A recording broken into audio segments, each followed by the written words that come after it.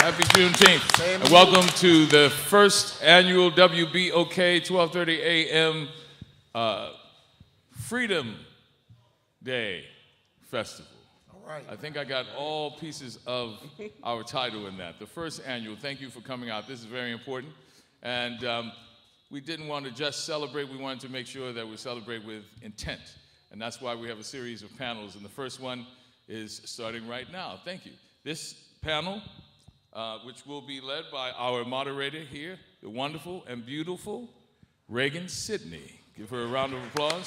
You can hear her every day at 6 a.m. on WBOK 1230, what New Orleans is talking about. And our first panel is called Breaking the Chains, addressing the systematic issues of enslavement that continue to impact the freedom of our black communities. And with that, I'll turn it over to Ms. Sidney. Thank you. Thank you, Wendell. Thank you. Welcome. Welcome this afternoon. This is a beautiful day.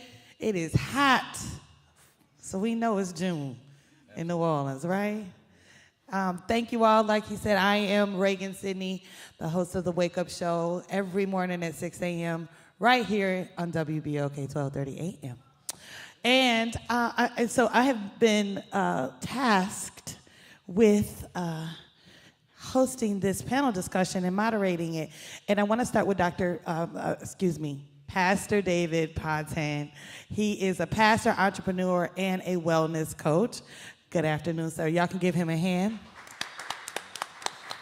And then on the end there, we have C.J. Marbley. He is the Chief Operating Officer and the Chief Nursing Officer, as well as the VP of Patient Services at New Orleans East Hospital. Give him a hand. He is running a whole hospital, y'all. Isn't that fantastic? Good morning. Good afternoon to you, sir. And also good afternoon to you, Miss Gwen Cook, who is a woman's wellness advocate for Black Bands Are Essential. Give her a hand. Yes, sir. Correct you. It's okay. It's the wellness. It's all good. We're going to be talking about wellness this afternoon for a couple minutes. We want to get into a discussion about, as we think about Juneteenth and the enslaved people, how did they take care of themselves? And how are we doing the same today? Connecting those two bonds. We do realize that black people as a whole just do not have the resources or the connectivity to get all of the things they need to be equitable in health, right? And so these people are here, all of them are in great positions to speak to this. Hopefully we have a doula who will be able to speak on some areas of women's health as well, but we'll get into that a little later because you know I like to have surprises for everybody. So y'all ready to have a great conversation? Yeah, I go to City of Love and we like to be talked back to. So are you all ready to have a great conversation? Thank you. Okay, so June 19th, obviously, we are celebrating while we are commemorating. What is the difference between the eating habits and the stress, right, of being overlooked, really worked to the point of exhaustion over the years. Access to care, capital for care, time to rest after childbirth. All of these things are still prevalent today. These are the same things that enslaved people had to deal with. And so as we get into it, Pastor Pontan, you teach about holistic health wellness. Why do you think that there are so many issues as it relates to our eating habits? First of all, I want to say thank you to WBOK for having such an awesome event, and it's so beneficial to the people of not only New Orleans but around the world because that's where we are.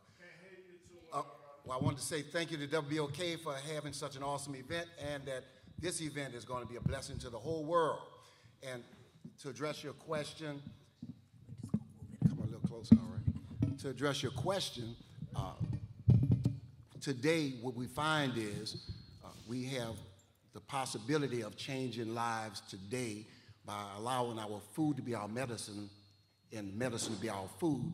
The differences in the eating habits today is the processing of food as opposed to eating whole foods. If we look at Juneteenth, the food that they ate in those times were the foods that blessed the body, the foods that did not cause disease. And so when we're eating black-eyed peas and pork, that was representative of wealth, spirituality. The leafy greens was representative of good luck, good fortune. And then we had corn, real corn and cornbread, and that was representative of gold. These are things that were taken away from us when we were taken out of a country that we were in called Africa. And we came to this country, and what happened is now that we don't know our history and the makeup of our bodies, we are not as healthy as we should be, because before the Civil War, we lived to be over 100 years old. But when we eat the processed foods, it diminishes our lives and lifestyles. And so today, you have 70% of people have diabetes type 2, cholesterol problems, and high blood pressure patients.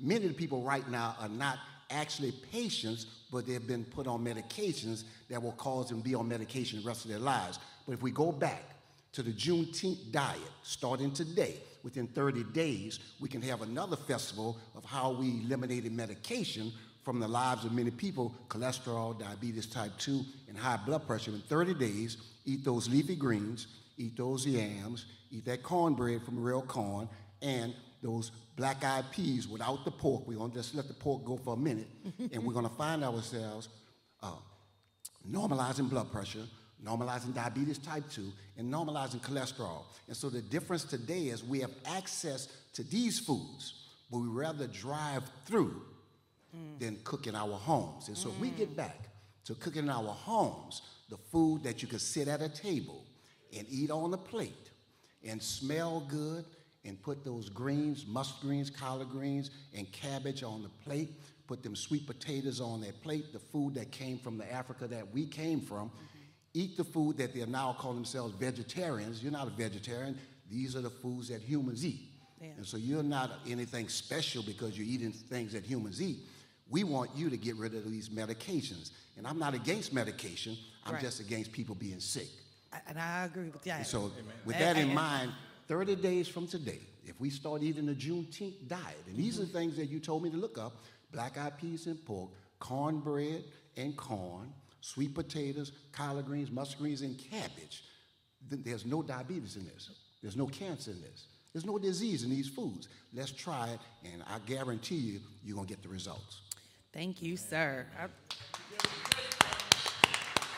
Right? So no pork? Well, let me put it like this. Once again, process. Like a little bacon, just a little.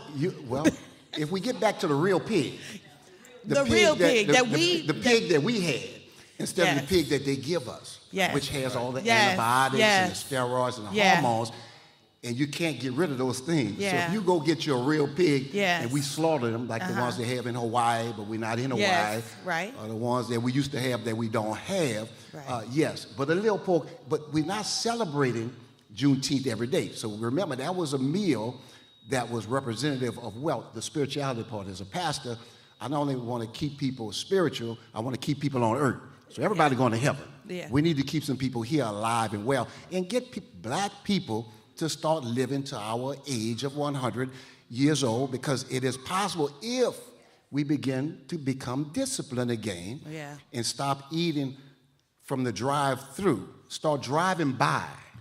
Say bye-bye to the drive-by and the drive-throughs, and say hello to your kitchen once again. Oh, yes, sir. Your kitchen misses you. Yes, sir. Oh, y'all ain't saying it. There you go. God bless you. Speaking of medicines and getting away from them, as a healthcare professional, Mr. Marbley, what in a specific healthcare system, what are some of the most prevalent health issues your staff sees today? What are the things that you're seeing most of? I think he's named a couple of them, but yes, definitely. Yeah. So I'd like to say thank you for having us here today, also, and doing this for the community, because it's very important. And like the pastor said, it starts at home. It starts at your table, in your house, and with yourself, knowing that you deserve good health. And throughout the years, we've been conditioned as a society, as a people, that what everyone, the highest level of healthcare may not always be for our community. And the key thing we need to know that everyone needs to know that you deserve the highest level of healthcare that is possible. And it starts at home. It starts at your kitchen table, with the meals you eat, with the food you eat. The other thing it starts with is looking out for each other. You know, it's the most effective thing you can do when you go see a provider is bring somebody with you. Because that tells the provider a lot of different things about you, and it also gives you another person to advocate for yourself, to advocate for your health, and to listen and to hear the little things that your provider and your physicians are saying when you go see them. Right. So as we see the things that the pastor talked about. We see diabetes, we see hypertension, we see renal disease, we see cardiac disease. We see it through men and women, young and old. So the idea is we can treat those things and we can help people live longer with those diseases, but we got to start from the beginning and stopping them from getting those diseases. Start from the beginning and stopping them from getting into a critical condition.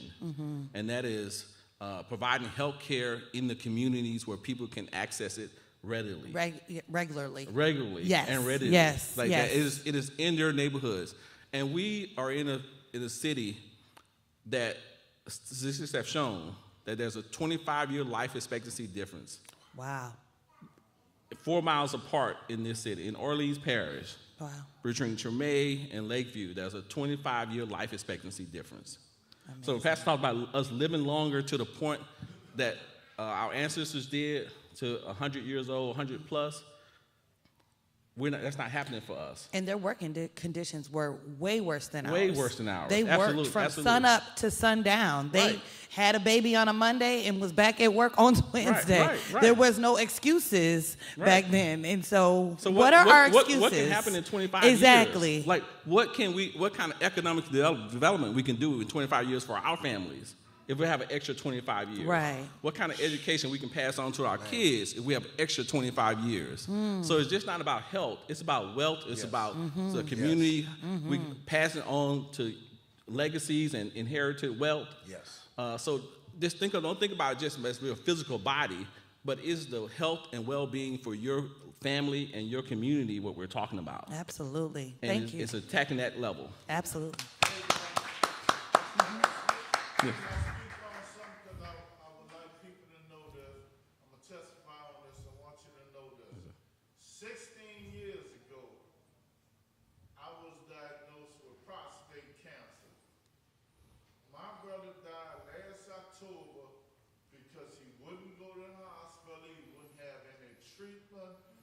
Tell you something, I grew up in an era where you had to wait 10 hours at Charity Hospital to be seen. We're living in a different world now. Yes, we are. I go to the doctor and see people now that be 30 minutes and they be arguing and want to get in a fight. I'm like, you didn't come up when you had to sit in Charity Hospital for 16 hours. Right. What I'm saying, I had prostate cancer, was diagnosed with it. I got diabetes. Pretty much everything you can mention I got. You know why I'm still here? Because I go to the doctor on a regular basis. Right. I take my medication. Right. That's good. That's why I'm here.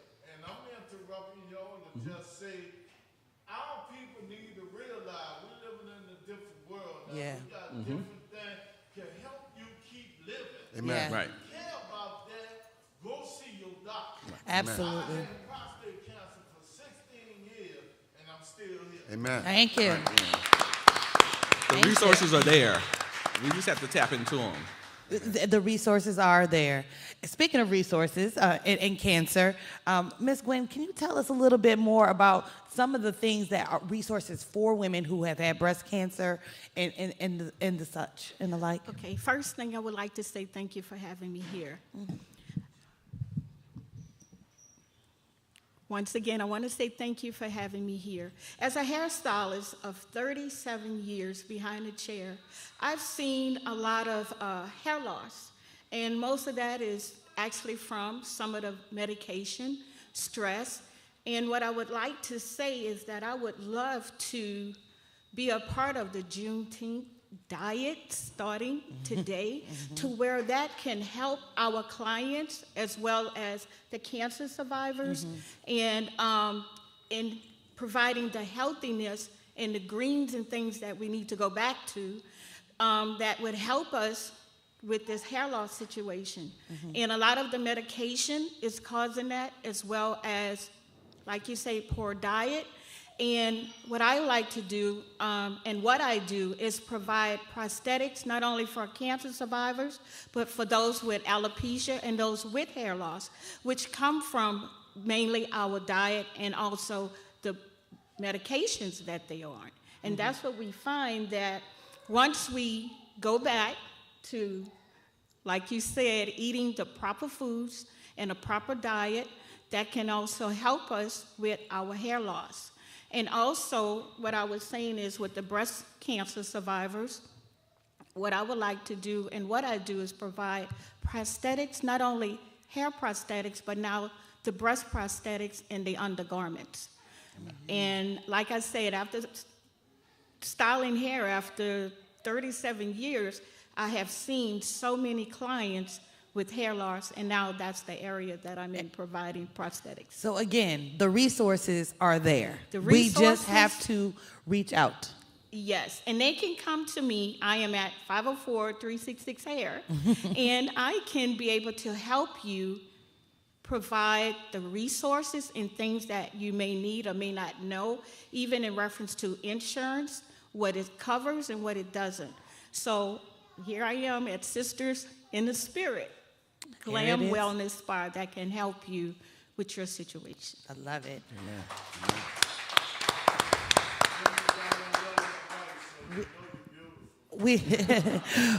Well, now wait a minute. You shooting your shot out there? Listen, well, that is for another panel discussion. Dr. Ponton was talking about natural foods and things like that. We all, actually, all of you have talked about how important it is. African Americans, as well as Indigenous Americans, knew how to use natural medicines. That's what we did forever. We always, went to the earth to get whatever we need, because whatever God gave us the earth, and He put whatever we needed in it. Isn't that right? Yeah. And so, babies were also born at home. Right. New moms were cared for at home. I have a friend that just showed up for me because I knew this was an area that needed to be touched on. And she's a doula. Cleo, would you mind coming up here for a second? She called me. She was like, "What you doing?" I was like, "No, where are you? I need you." And so Cleo is a doula here. She came here from Boston. And I want her to talk about how important it is that mothers be supported, because as we know, black women are the die in childbirth all the time because they're just not listened to. And so I want to give you an opportunity to just talk a little about what you do and how can we be supported, how can mothers be supported, and things like that. Pull your mic up. Thank you, Reagan. Hello, everyone. Welcome. Happy Sunday. Happy Juneteenth. Happy Father's Day to everyone out there. My name is Cleola. I go by Cleo. I'm a birth worker in this city. I work for Birthmark Doula Collective. I don't know if anyone has heard of Birthmark Doula Collective, but they were formed by 2 women of color in this city about 10, 12 years ago. So they've been here. We do childbirth education. We do comfort measures. So we provide women with the information before they even enter into the labor and delivery process. It's a scary process. A lot of women don't know what to expect, but we give them the roadmap to what to expect. A doula is a birth worker. Pretty much we are like servants, or we are in service to the mother and the family. So when a child is born, it's a glorious experience. But everyone goes right to the child. The doula stays with the mom. So the mother has the support from the time she enters into labor until way after the delivery process. And I think that it's super important for women to have that support, because that's what we've been doing for ages. And in West Africa in particular, you have a village and a community around you when you do that rites of passage from woman to mother. So that's what I do. I love it. I love it. I love it. And it's such an important topic. Thank you so much for lending yourself today. Does anyone have any questions out there today that they wanted to get some answers to? Yes. My question is for Ms. Cleo. Yeah. Coming from Boston, I see things in news articles about how doulas, midwifery is really being targeted specifically in legislation. So you can practice here in New Orleans and Louisiana.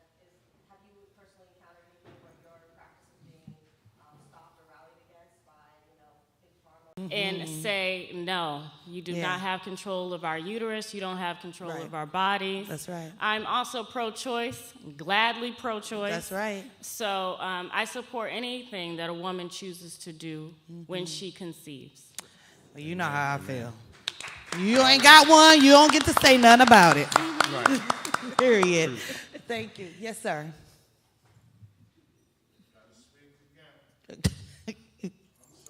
Don't be. And I'm not trying to be funny. Can I ask you a question?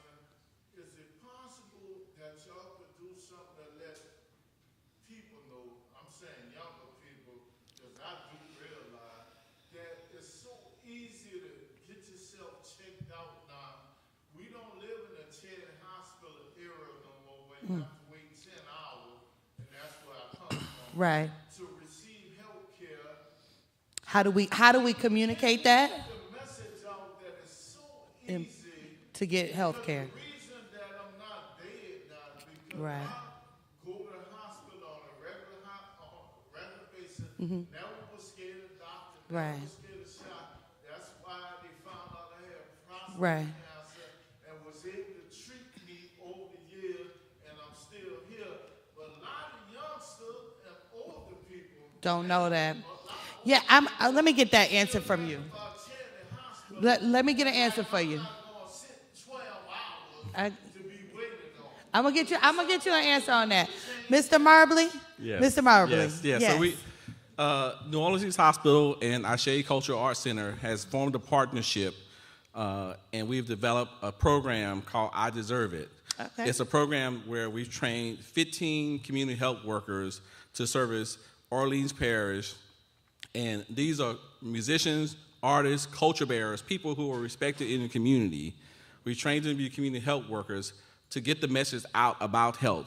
We've assigned them to the zip codes along the Claiborne Corridor in Gentilly, Lower Ninth Ward, New Orleans East. Those community health workers will be reaching out to those neighborhoods in that zip code to make sure that people understand what's available to them, what's available in their neighborhoods with them, whether it's a primary care physician or a doula or independent pharmacy, whatever's needed, a technology company, whatever's needed in that community to provide health. We're gonna look at the resource and galvanize the resources to provide it in that community. And we have 2 mobile teams also that will bring health care to that community if no one's there to help them, where they can do telehealth visits, do screenings right in their neighborhoods so they won't have to go to a big hospital or out of their community to find health care. You kind of mentioned some of the point that I'm making. I'm saying that it's accessible to people now that where they realize that they do have different healthcare plans because of Medicare and Medicaid. This is not what I'm saying. I'm saying the majority of people don't want to participate in that because they don't realize how easy it is to have access to that, and you don't have to wait around 10 hours. Right. So we're going to go to their house.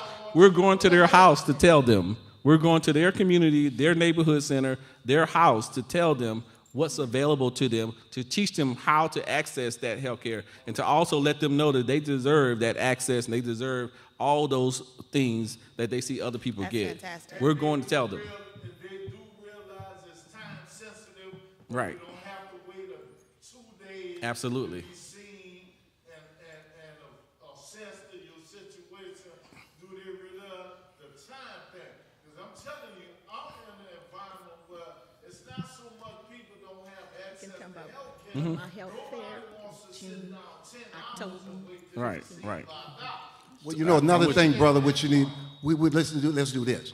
We have to be proactive also. Yeah. We can't count on the healthcare system Right. to fix That's our right. problem. The problem right. is, let's not have to get a prostate exam in the first place. Let's drink the water we need to drink, eat the foods we need to drink. Prostate cancer is an acidic condition. We're eating too many meats. We're doing too much there. Well, let me answer your question, brother. Let me just answer your question, brother. Let me just answer your question. Well, that's all right. That's all right. But you can't have all the questions today, brother. Let somebody else have a question. You can't have all the questions. You had 10 Mr. already. Wendell, Mr. Pierce. I had a question. Especially from Boston, there's a program in Boston called Beacon Hill Village. In Beacon Hill, which is a very affluent neighborhood. But people are able to age at home, at place. So they don't have to go to a facility. Instead of calling that nurse from down the hall, they can just call they become a part of this collaboration where you get to stay at home, and from a dispatch center, they have someone who come to the home and do small, fixtures around the home, little essential healthcare things, deliveries of things, all of that. Do you think that we can have that, and this is for everyone on the panel, do you think that we can develop that in our communities, where we would have sort of the same thing of what a concierge sort of service, healthcare service, which very affluent people now have, which is like your doctor that comes straight to your house and delivery of prescriptions or delivery of food or whatever. Can we develop that in our working class communities as well? Good. These are good questions. Yeah. I think it's, yeah. Go ahead. Yes, and that was my main concern is what you're talking about. So what I have put together on October the 15th is a health wellness fair to where a lot of the senior citizens as well are not getting the proper care. So what I am going to do, or what I am doing October 15th at Metlock Park, is doing a health fair for wellness so that all of our healthcare providers would be there to kind of help support and do the blood tests and do glucose, blood pressures, and things that they may need, and they will be able to answer those questions to those that may have further issues. So October 15th, Medlock Park. So see me if you all need any other questions or have any other questions. But I understand where you're coming from. It's a lack of healthcare resources, and I am putting on a health fair in order to help those people with all of the conditions and things that we have. Mr. No, one thing. Okay, go ahead. If we would notice, even right now in our community, there are different types of clinics being opened on a regular basis already. Yeah. Yes. Access to health is up the street. It's on Claiborne Avenue. It's in. So these particular types of clinics are very, very, very, very up to date, almost like concierge service. They're delivering prescription medication. Once again, these clinics are also trying to teach our people how not to be ill. And so we could help our people by getting in the community, pastors, churches, hospitals, and having them refine their diets. We have to spread the word that some of these diseases, since 1985, 1977, heart disease, cancer, diabetes type 2, cholesterol, high blood pressure, these are totally reversible diseases. They're not hereditary. You're not getting them from your mama. You're not getting them from your daddy. You're getting them from what you're eating. So stop saying it runs in the family. It only runs from plate to plate. Right. And so if we stop eating the things that's causing the disease, anti-angiogenesis. If you stop feeding the cancer will stop growing. If you start feeding your cells, then you'll grow. CELLS. So feed your cells, starve yourself, and you're going to find yourself getting better starting today. Mr. Marbley, from a financial point of view, yes. Absolutely. So the one difference that Boston has that we don't have is Massachusetts has universal health care. But I think we have community members and community partners who are providing those different levels of health care. It's just a matter of coordinating the efforts and everybody working in collaboration and not against each other. Yeah. So I think we can, as a unified people and community, we can provide that concierge level service. It won't all come from one entity, but it's about coordinated and not being in competition with each other and not caring about who gets the credit. That part, yeah. And who gets to who gets to be on the news and who gets to be on in the paper. Good. But just doing the right thing for the people. Yeah, absolutely. And that's where the health fair come in. Can I upvote what he said? I want to upvote what he said and add a little bit to it. Because Boston is it is an affluent state. It does have universal health care. It's a sanctuary city. So we care about the homeless population and those who have money. So it's a very unique place. Can we do it here? Absolutely. I think we can. It provides, if it will provide the betterment of health for everyone, I believe that if there's a will, there's a way. Right. I also know that in healthcare, we work in silos. Right. Everything is disjointed. But just like the body, we need to work collaboratively within the body, right, as systems helping one another out. To your point about diet, I think a good way to incorporate healthy foods is to show people how to do it. So if you have a family gathering, bring a vegan dish. Explain to people how you made it. Like, those are very actionable steps that you can take to expose people to healthy food. Instead of saying, you gotta eat this, you gotta eat that. I find that I tried that in my family, and it don't work. It don't work. Like, it doesn't. So I exposed my grandmother, for an example. I exposed her to healthier foods. Well, this is how you can cook, like, greens in a healthy way. Let's steam them. Let's not cook meat. I know you used to use ham hocks, but why don't you try smoked turkey? We went from smoked turkey to no meat. Like, you can definitely do some small incremental changes. But thank you. Thank you. Oh, thank you. We love you. This is our people. Y'all speaking, and it's not funny. Y'all speaking on what you can do before these bad things happen to you. You need to be speaking more on what can you do after it didn't happen. Because I can't take away my diabetes. I can't take away my prostate cancer. That's what they're saying. What I want you to vote or speak on is where can you go once you find yourself in a situation where you won't have to wait 10, 11 hours to be seen. Okay, it's nice to sit here and tell about all the dietetic things you could do to prevent that from happening. Why don't you speak on what you could do after that can happen to keep you still living in this world? Well, but just like you said, just to address your question. Thank just you, to address Ms. this K-Man. question, if I can, No. that's what anti-angiogenesis is. Anti-angiogenesis is when your capillaries are feeding the tumor. The only reason you have a tumor is because of blood supply. Once you starve the blood supply, the capillary returns to normal, called angiogenesis. So when your body returns to normalcy, then the capillary comes back, the tumor shrinks. You can't say with a physical mouth that you're going to get rid of cancer, but if you stop feeding it, it will stop growing. Dr. Otto Warburg in 1931, the real cause of cancer is acidosis, hypoxia.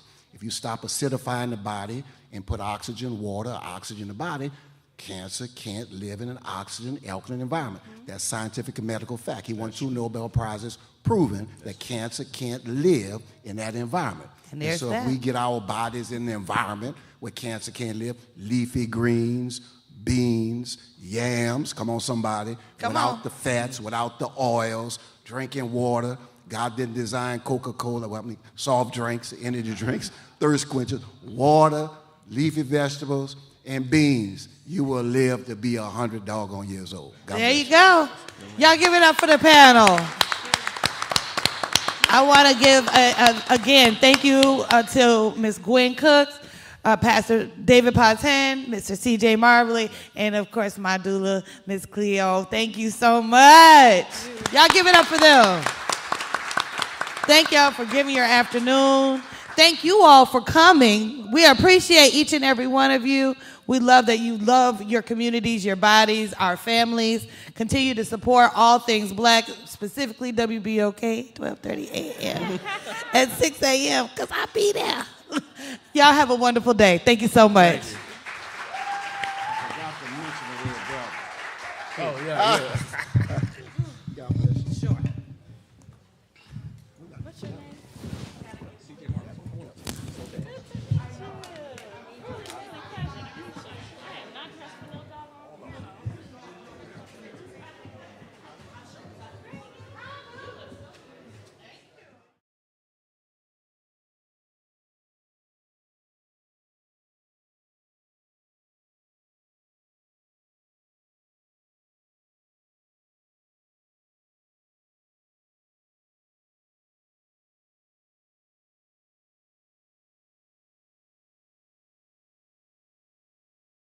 Okay, 12:30 a.m., what New Orleans is talking about. I would like to, once again, thank you for coming out. I'd like to thank our sponsors who have helped us. And I wanted to correct my mistake, as you all notice. That was not the breaking the chains of economic issues. That was titled Health and Healing from the Ancestors to the Americas. So once again, Health and Healing from the Ancestors to the Americas, moderated by Reagan Sidney. And I want to let you know that all of our panels are being streamed, live streamed right now. You can just go to our YouTube channel, keyword WBOK 12:30 a.m., and see all the panels that are being live streamed. You take your phone out and send that to all your friends and family, and even the people you don't know, and let them know that it's being live streamed on YouTube right now. We are celebrating with a purpose and having some engaging conversation, because that's what it's about, moving forward, taking what our ancestors have given us, celebrating, and that's what freedom is all about, right? So thank you once again. We're going to have a short break, and then we are going to have Breaking the Chains, addressing the systematic issues of enslavement that continue and impact the freedom of Black communities. Thank you very much. And down the block, if you'd like to engage just in a nice little stroll, we have wonderful food trucks down the street. Somebody just had some wonderful jerk chicken that was slamming. And there's a snowball stand right down the block, which is perfect for a hot day like today. And then we can kind of test, engage how long it takes for a snowball to melt, walking from piety to Martin Luther King. So thank you very much for coming out. Once again, this is WBOK's first annual. There'll be many more.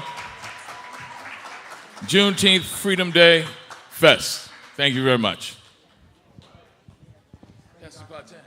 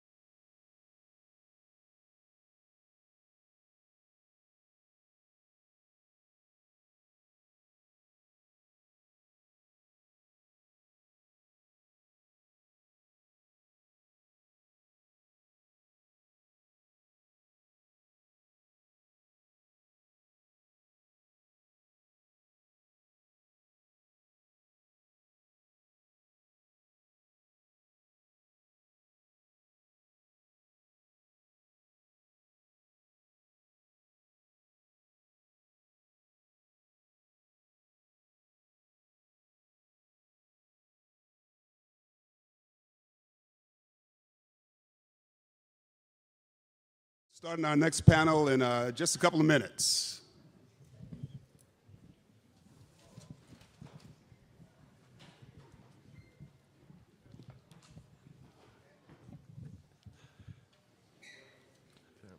Can you hear me?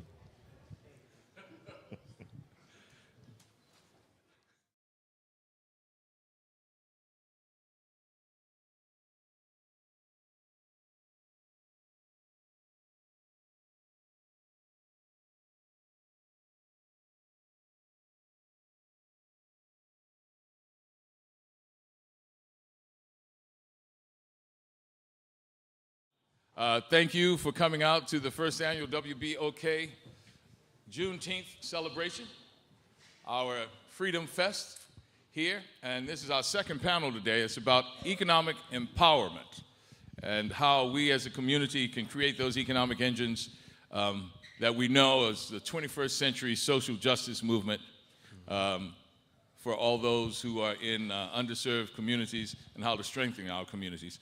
So without further ado, economic empowerment.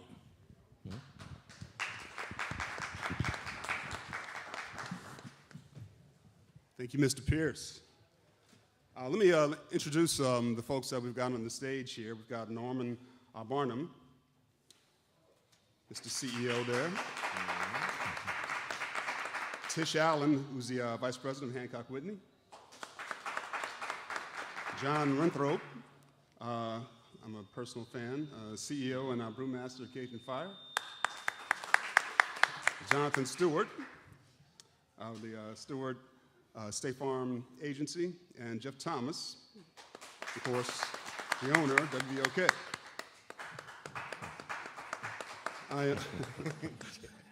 Thank you. I'm Damon Singleton. And just some ground rules. There will be no questions about the heat directed my way at all. So when we think of Juneteenth, we often think of freedom. And so what does freedom encompass? One thing that formerly enslaved peoples faced after government emancipation was access to money, which was, of course, needed to survive.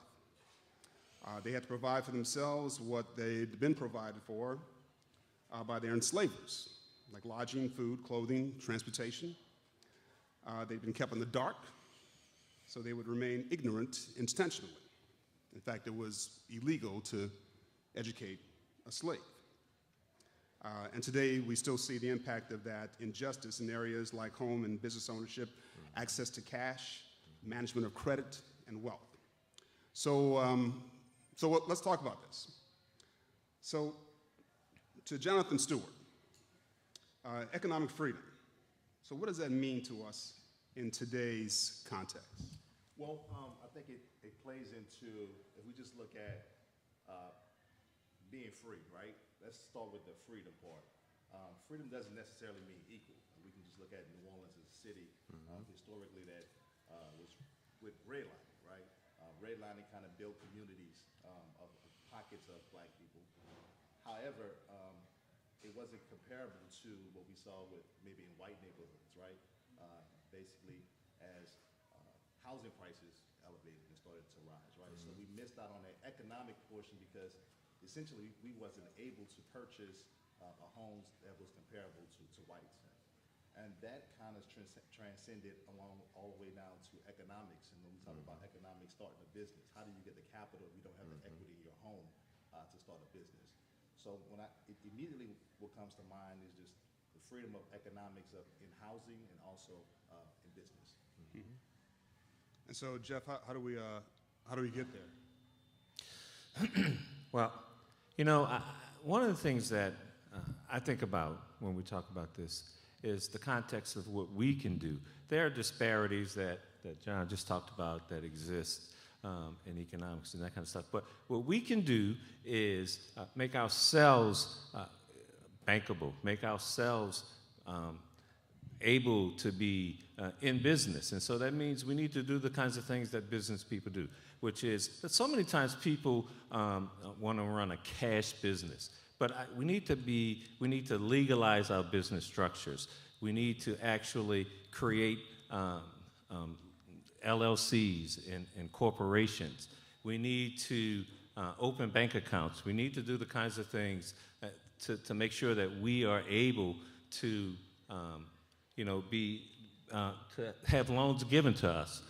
And the way we do that is, make sure that we have good credit. I can't tell you how many times people come to me and say, man, I got this business opportunity and I just need $5,000. I say, well, go to a bank. Well, I got bad credit. Well, then, how do you expect to be in business? One of the things we need to do as a people, in my estimation, is to ensure that we are able to eliminate the disparities, because we know that there have been traditional banking. Jonathan talked about redlining, and banks don't give loans to African Americans on the same kind of level as they do other communities. So what we need to do is make sure that we provide, that we are the kind of person that is bankable. It's interesting because my wife and I established this business, and it just educating yourself on everything that you need to know and need to do, and it's not as simple as just starting a business. Sure, right, exactly right. So one of the things I want to say is to make sure that you have good credit, you need to make sure that your credit score is high, so you need to make sure that you pay your bills. You need to make sure that your credit mix it raises your score, that you have different kinds of loans, and that you pay your loans on time.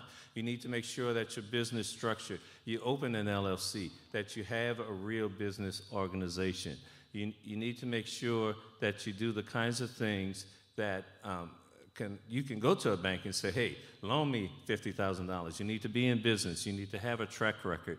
You need to be able to exhibit experience and expertise in the field that you want to grow a business in. So you think our people are educated enough on the whole credit score and what it means, what it, a 500 versus a 700, Well, right, exactly right. And so when we want so many times people say, man, the bank didn't give me a loan. Well, because your credit score was 450 or 500. And so to get your credit score up, you need to, if you're going to be in business, you need to be informed of not only about the business, but the kind of person that you are somebody that is attractive to a bank that, a bank doesn't want to give money away. They're in the business of loaning money, charging you interest, and getting their money back. And the way plus some, exactly right. And the way that you make them comfortable is that you have good credit, that you have experience in the field, and that you do the kinds of things that are attractive to a bank. And Norman can talk about that because we were talking about this before we came on. And so it's about commitment to yourself. It's about commitment to the organization that you create, and not only yourself personally, Damon, but also that you have to have a legal structure. You have to create an LLC. People don't know. You don't have to necessarily even hire a lawyer to get an LLC. You can go to where do you go? You go to the State Secretary of State, Business Services. You can do it online. The forms are there. It's not complex. It's not complicated. It's not rocket science. It's very easy. You create an LLC. You create a subchapter C. You create a subchapter S corporation. And those forms are there online for you. All you need to do is fill in the blanks, basically. But, the reason you want to do that is because, if you are out here in the world and you're creating assets for yourself, you buy a house, you buy property, you want to protect those things. And so what the corporation does is shield your personal assets from your business dealings. And so, these are the kinds of things that we need to understand. So we need to be informed about being the right kind of person, having a good credit score. We need to have a legal structure. And in that legal structure, we need to make sure that, we follow the rules. And so many people, I remember back, I'm going long, I think, but I remember PPP. So many people say, I didn't get PPP. Yeah, well, you didn't file taxes in 20 years either. And so, to be in the game, you have to be in the game. And so you have to form a legal structure.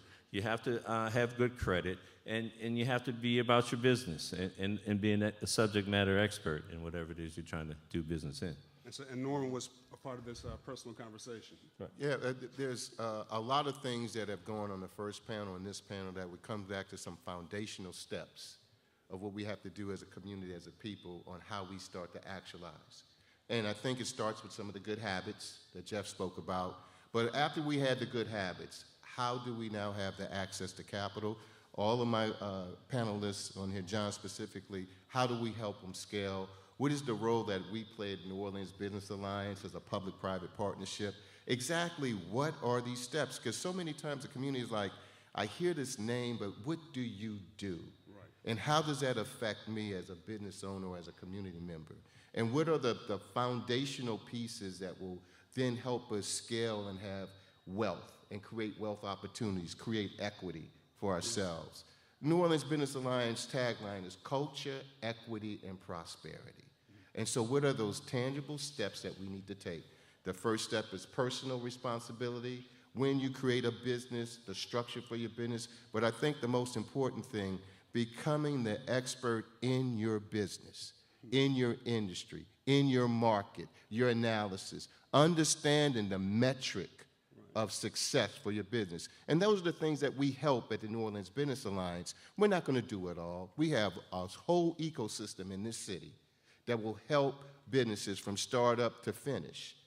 Where are you at in the process? How can we be a part of your evaluation and how you scale? Because at the end of the day, we need a community that's vibrant. We need a community that's growing. You know, we have our population. The interplay between environmental health, personal health, and economic wealth is all the same. And some of those beginning habits that we have to create, they transfer. And so that's why an opportunity like this to speak to the community directly, to promote our role in the ecosystem, and then share with our partners on the rest of the panel. Yeah, so John, what about it? You're an entrepreneur, started your company at a fairly young age. How did you know what to do and how to get it done? That's a good question. I really had no choice. I mean, I like to look into the future, kind of project things as I kind of got more financial understanding and wherewithal with where our economy was going. I said, I don't expect to have pensions in my favor. I don't expect to have some of these things like Roth IRAs and things like that, especially with the different inflations that we experience right now. When I was creating my industry, I wanted to go into beverage manufacturing. When I shopped around to get employed, I was denied, discriminated, you name it. And if I didn't create this lane, it would just create a continuing cycle of lack of opportunity. So, I was heavily influenced by Prince. I was heavily influenced by Michael Jackson, Rick James. These brothers own their name. They own their lane. They own their publishing. And that was the only way to achieve economic freedom, was to have ownership. So I believe, it's ownership over everything. And even in my responsibilities now as the executive director with the New Orleans Regional Black Chamber, that's something that I encourage other business owners to get into, is just find your lane and own it, because that's the only way you can achieve economic freedom or some kind of resemblance of growth and equity. So how do you survive when you're finding your lane? Because I know there's all kind of obstacles that go up in front of you. And you got, I assume I'm thinking you have limited financial freedom. You probably saw my mind kind of flutter when you said that, because it just really raced. You just got to be unconventional, like our ancestors were unconventional, and we in the same kind of spirit now more so than ever, with all the different things that's aimed at us and weaponized at us. You have to be unconventional in every step you take, and even given like the lack of access to capital that a lot of black business owners have and experience, you can't, there's no one size fit all kind of journey. I'm in manufacturing, but the same things I experience in this industry is multiplied in industries across and abound, specifically those that don't have any form of leadership that looks like us. Just for context, in my space, it's 9,000 craft breweries in operation. Out of that 9,000, there's about 40 black-owned entities. So that's not even like 0.1%. If you look at New Orleans and Louisiana, you got like 900 people that's directly gainfully employed by breweries, and we only have, maybe 5 that's black that's employed in the state. So, these disparities are magnified when you look at, or multiplied when you look at different industries like healthcare, STEM research, tech. So, you know, I just so happen to be in a space where I'm there, where it can kind of float in these different spaces and be conversational. So, you know, I'm listening to you, and the two words that come to mind are faith and courage. Is that pretty accurate? That is 100% accurate. Sometimes being a little naive can kind of get you a long way. When I first started out, I didn't have anybody to reach out to and give me opportunities. So I had to go as far as Portland, Oregon to get my start in this industry. And even then, you know, that's 2,000 miles away almost. Even then, people was kind of withholding on the information they want to provide to me. So in doing so, starting my business, thriving, growing, expanding in states, I inspired a lot of other people to get in this space and just have the courage to do it. And mind you, Louisiana is a lot more difficult than any state that you're likely to start a business in, especially with alcohol. Even though we have like drive-through daiquiri shops, the regulation on beer, because we got so many lobbyists that protect big brands, it's like we're the 50th most difficult state when you talk about regulations when it pertains to beer. So, you know, when I go into different states now, not only is it child's play, but I get like a lot of support, a lot of people that want to follow in those footsteps per se. Wow. So, Tish, we know there are resources available from private lenders. How does a Hancock Whitney help us to create sustainability in our community for both business owners and those who are not? Well, I can tell you as a banker for about 20 years and working for different financial institutions, even working for the secondary market, Fannie Mae. Have you ever heard of Fannie Mae before? Yeah. Right. So worked for them for 10 years. And they are one of the largest regulators of our housing market. And so as an institution, our contribution to our community, especially for small businesses, is we have a program and initiative called Small Business Matters. It's an educational program. And you mentioned at the beginning of this panel, you said, you know, what can we do to sort of help ourselves? Educate. It's the first word that came to mind. And so as an institution, we have all of these professionals. We have connection to other professionals in the financial world. And so we put them together for a multi-week program, and we focus on growth, funding, marketing, and manage. And it's for either that vibrant entrepreneur, someone with the entrepreneurial spirit, they haven't started yet, someone who has an existing business, but they're trying to maintain their business. Because there's no one who goes into business with the idea of not being what? In business. And so how do you maintain it? How does that happen? Access to capital has been the #1 challenge for our minority communities. Everyone knows that. So the question is then, as an institution, how do we help people access it? We have it, and I think it's through education. Sometimes people may feel that, you know, hey, they don't want to give me anything, but we have to prepare ourselves to engage in the process. That's just like you're a journalist. You couldn't just go to WDSU and say, hey, you know, can I do the weather for you? I'm really good at it. You prepared yourself. Anyone up here who has a business, they thought of the business. It was an idea. It went from an idea to a dream, from a dream to a plan. And in that planning process, it was to educate. So they know how to do what? Engage in the process. So how do I walk into a lending institution, a financial institution, armed with all the information I need to know that without a doubt, when I walk in and ask for what I want, they're not going to give it to me. I'm going to earn it. Why? Because I've prepared myself. I've prepared myself. And so that's what we do through education, whether it be for small business or home ownership. So let me put you on the spot here. So, you know, when I was talking to some friends of mine who are business people about a business that I was interested in buying, they immediately said, you know, you need to go talk to Liberty Bank. because these other institutions ain't going to help you. Is that bad rap? A bad rap, yes. And you know, as you all know what I look like, right? You know, I am a fly in a bowl of milk. We all are.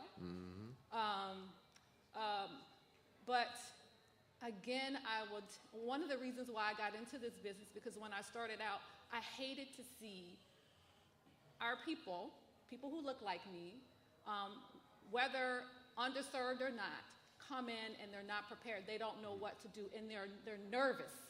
They want something, and they're scared. Their stomachs are turning upside down. Their palms are sweaty because I have something that they want. And I said, there's no reason why you need to sit here like that. I can help you do that. And so, do we do it? Do we have a bad rap? I say, yes, you haven't met me.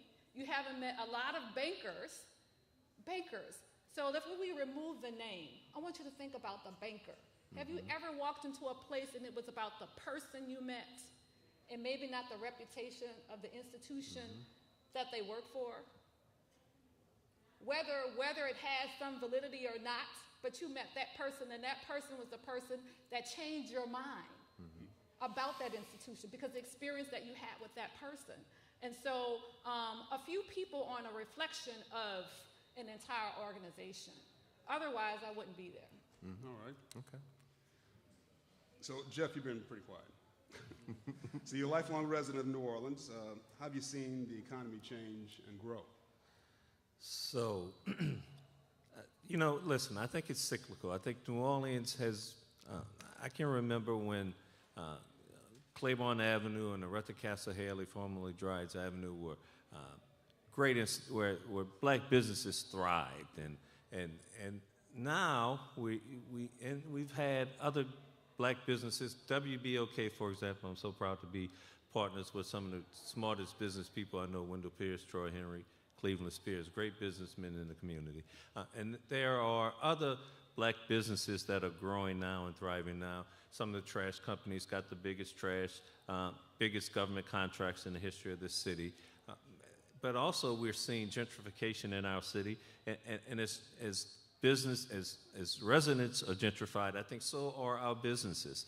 And I'm concerned about how our businesses are being forced out of the marketplace. But I think it's cyclical, and I think that we have the ability. It's really important that black people support black-owned businesses. It's really important that we understand that black ice is really cold, and that our ice is as cold as anybody else's. You know, too often I think we're quick to criticize our business owners. You know, if you go and you get bad service at a white institution, you know they're having a bad day. If you go to a black business and you get bad service, they don't know what they're doing. You know, those guys are incompetent. I think we need to be kinder to ourselves, believe in ourselves, and understand that we as business owners provide high quality service. And if we support our businesses and then our community grows. And we're talking about part of the issue about, this is kind of off topic a little bit, but crime, one of the reasons that I think we have so much crime in the community is that we don't have strong black businesses. And as our businesses grow, as we support our black businesses, and we talk about economic opportunities, well, economic opportunities are black-owned businesses and supporting black-owned businesses. And if we support each other, we can grow our community and grow our city and make it a better place. Jonathan, what do you think about that?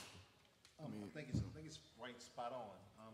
When you think about supporting black businesses, as a business owner, you're supporting my family, so it's easier for me to go back into the community and support those things that are worthwhile to not only myself, but also to my customers.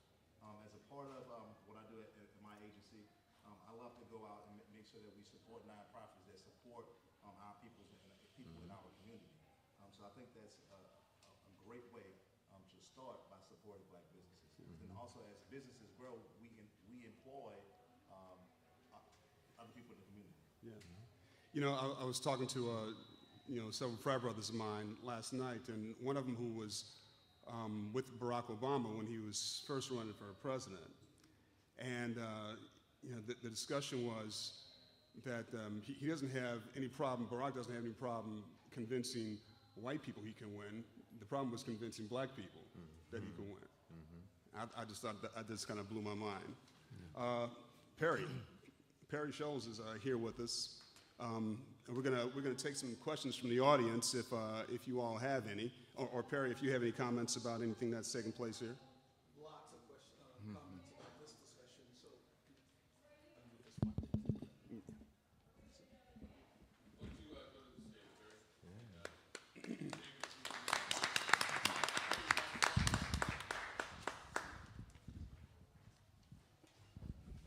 So good afternoon, everybody. I'm Perry Scholes. I am native of New Orleans, St. Bernard Projects in 7th Ward.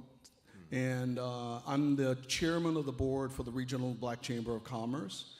And so John is our executive director, and we are in, as Norman talked about earlier, this sort of ecosystem around black businesses and doing all sorts of things that support that community, from advocating for businesses, from a resource standpoint, education, programming, all of those types of things. And so we wanted to make sure that we got questions from the audience. So there any questions from the audience? Yes, sir.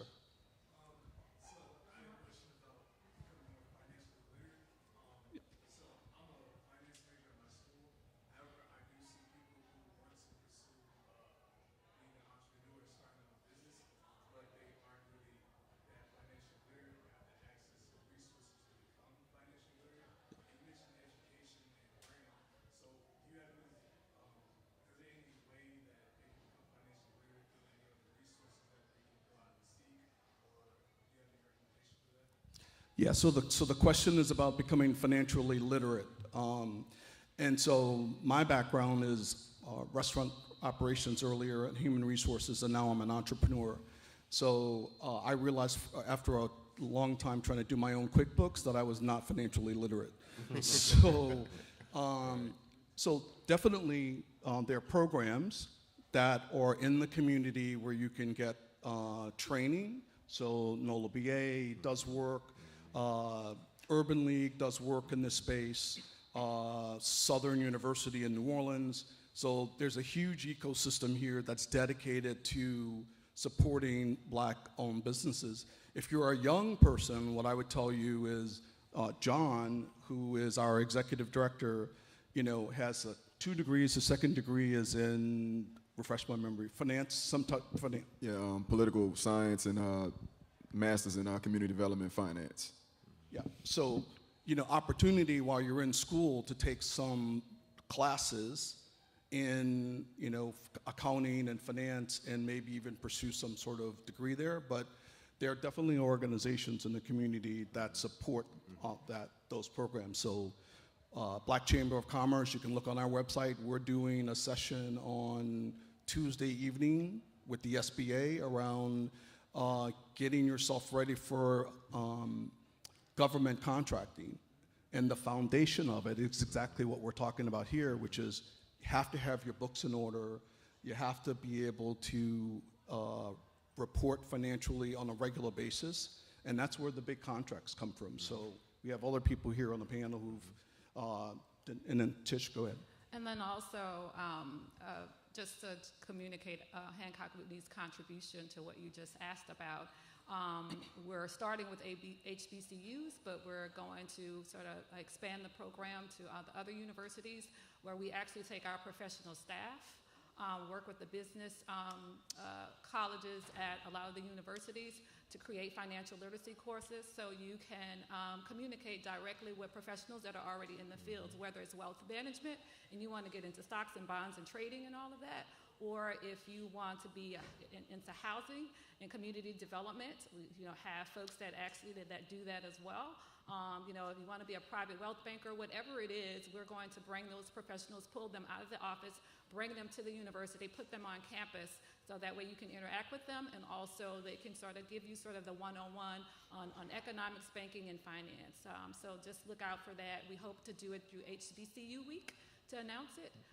And also, the Department of HUD, Housing and Urban Development, they're actually funding a program for 3 HBCUs here locally. And that program is going to start as a financial literacy campaign. And also, if someone is interested in becoming a financial counselor or housing credit counselor, they'll actually do a sponsorship to help you to train and take the test in order to get your certification to do so.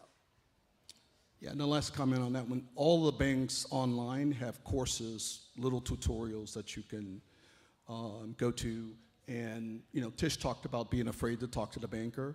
If you're a business owner and interested, the person doesn't want to teach you what they're doing for you, then you should fire them. There was a question here.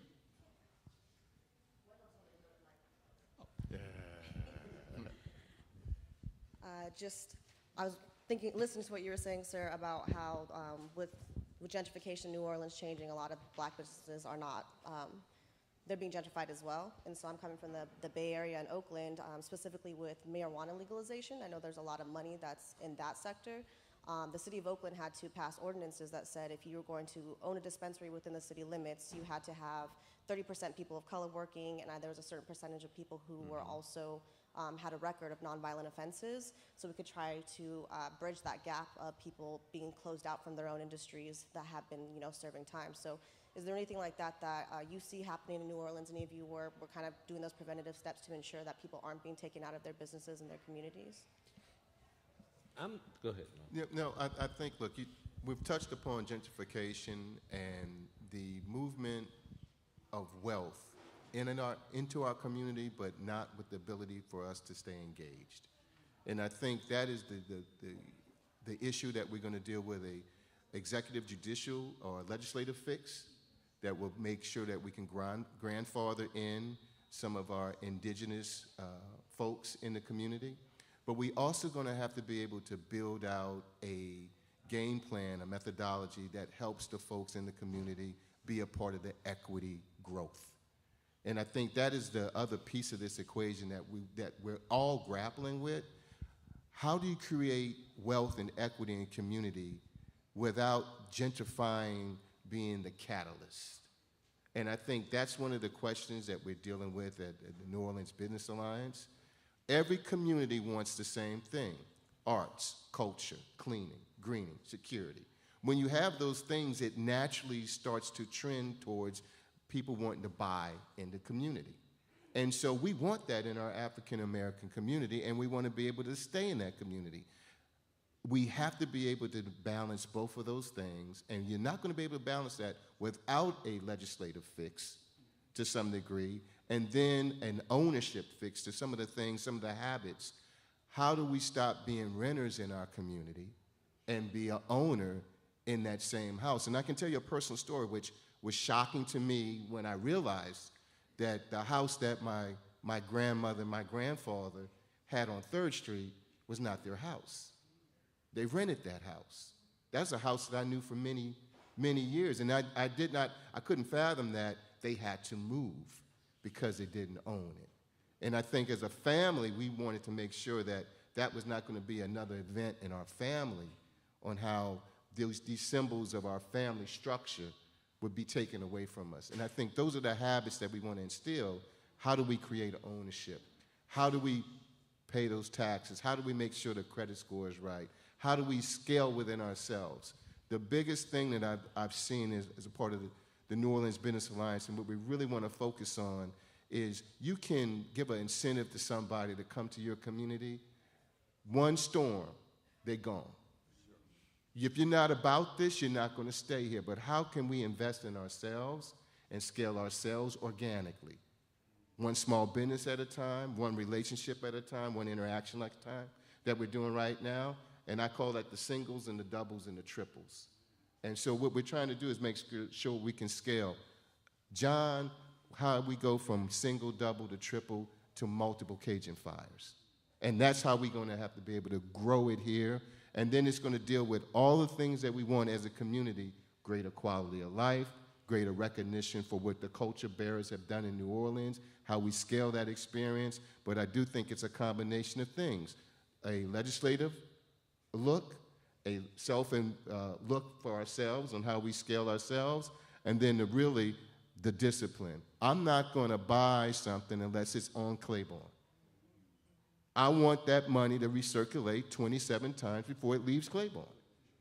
And part of my job is to make sure that we give those businesses the opportunity to have the ability to sell, and then they can scale without going to Metairie, to Lakeside, to St. Tammany Parish. I mean, and so that's the game right now, and that's why we're on the stage ready to do it. Yeah, and the last comment I'll make about the marijuana is legislative. So watch what's happening legislative. That's the gateway to the jobs and all that stuff.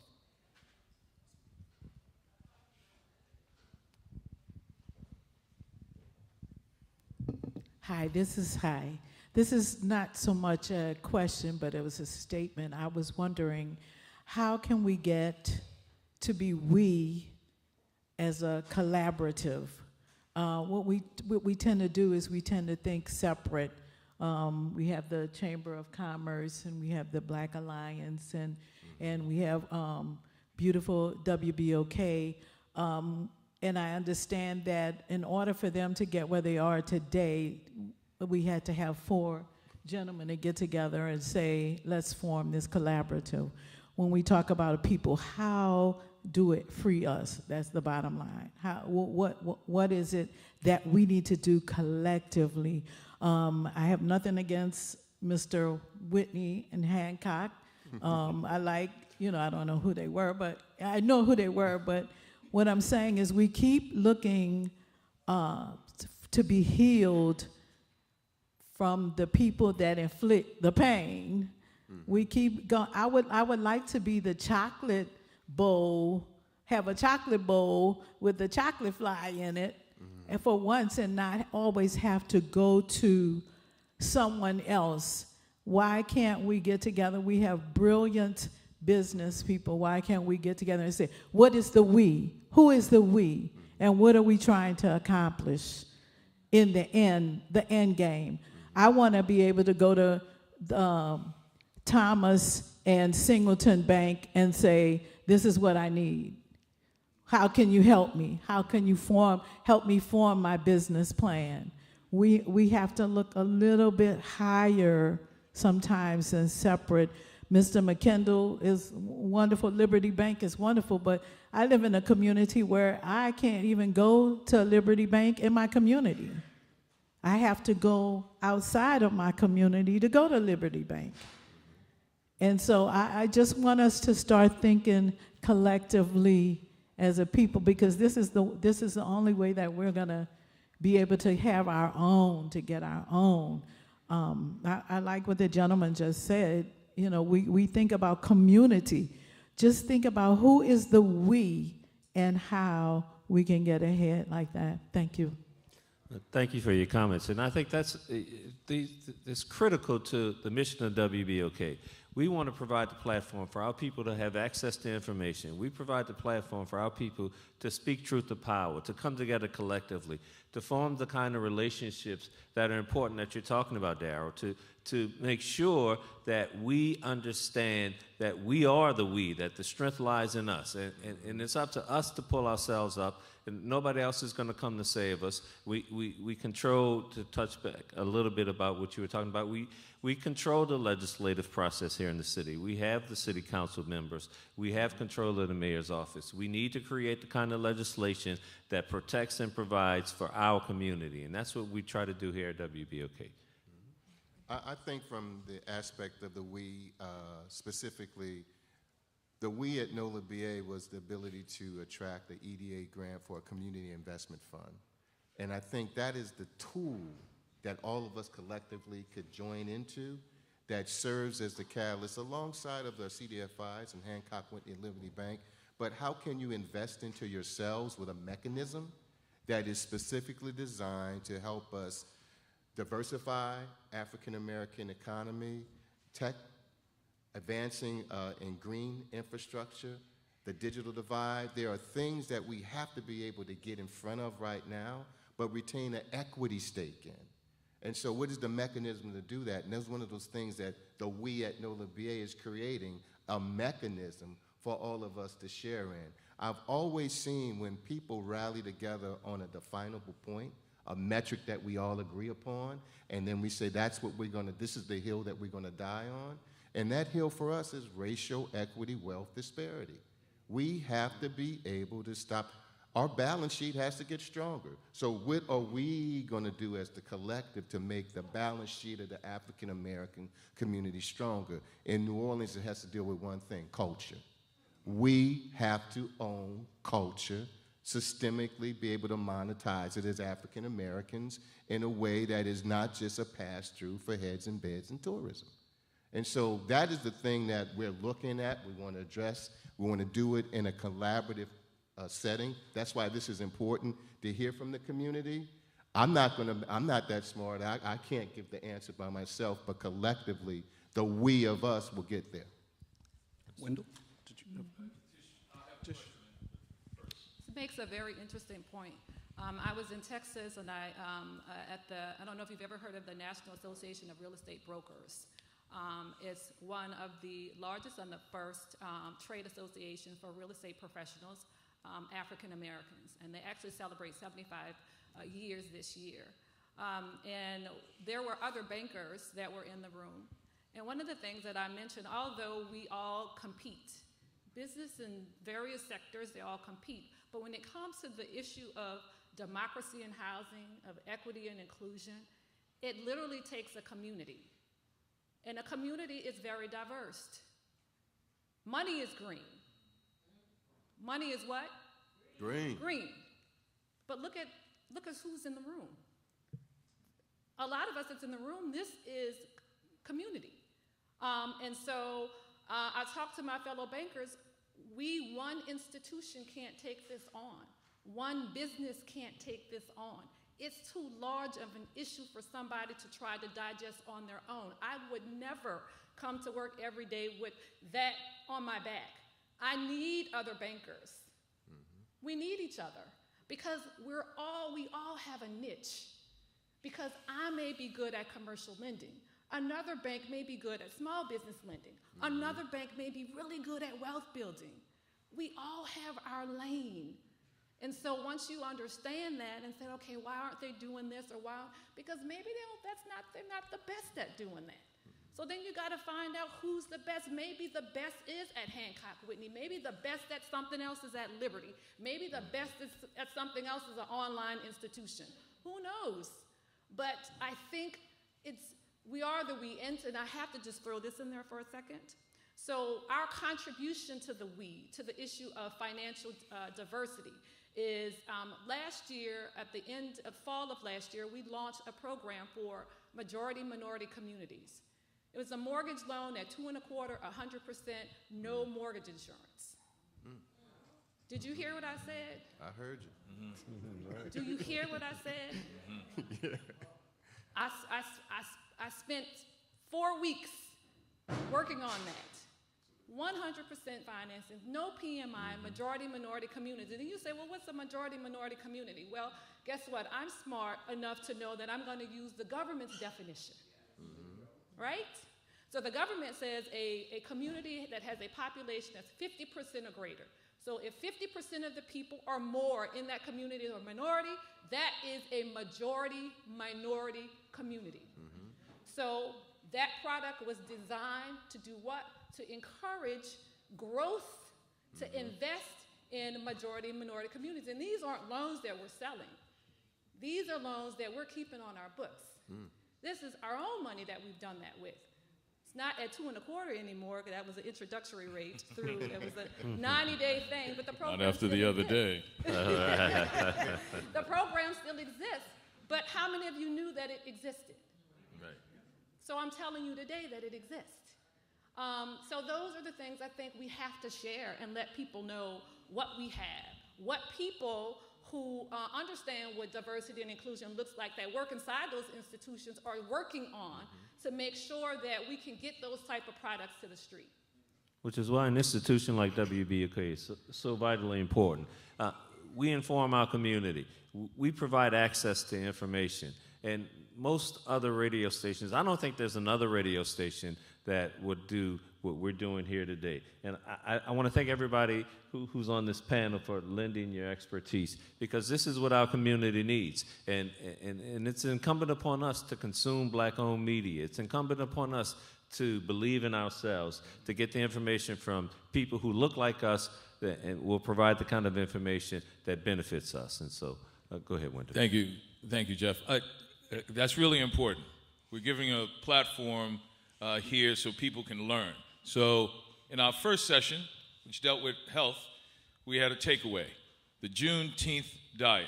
For 30 days, everyone commit to eating leafy greens, collard green, mustard greens, cabbage, and beans, and a little bit of protein, but giving up all processed foods and cooking at home. That was a great takeaway. With this, we have two takeaways that were just mentioned. Mr. Bynum just had the investment fund. What was the name of it?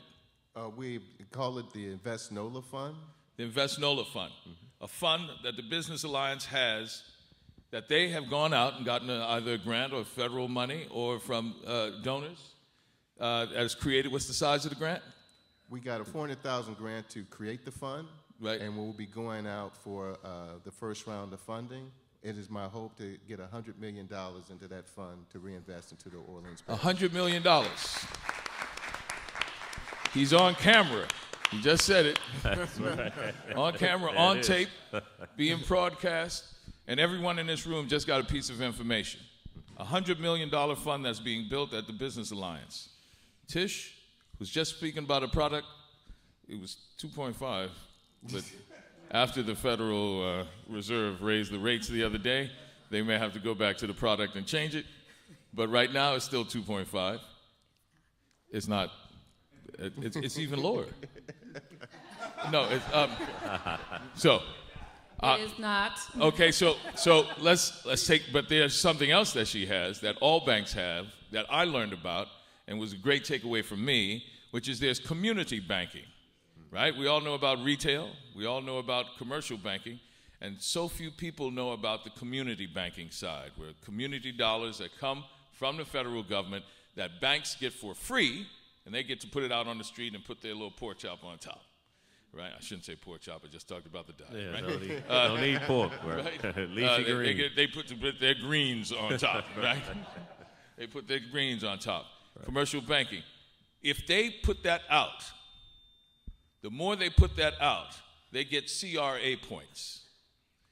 CRA points is like a good grade in school. They get higher CRA points. Next year, the federal government will give them larger amounts of free money. So it's in their best interest. Am I correct? Am I speaking about this correctly? So let me correct help you out a little bit. All right. And so what he's speaking about is the Community Reinvestment Act. It encourages financial institutions to provide access to credit, okay, to underserved, to low and moderate income communities. What's important for us, any institution who is regulated by federal entities such as the FDIC or the Federal Reserve or the OCC, the Office of the Currency of the Comptroller is the name, is they come and we have these examinations. We have an examination, and every institution is regulated by the federal entity has what's called a public CRA file. You can go to that institution, you can ask them, can I see your CRA file? What is your rating?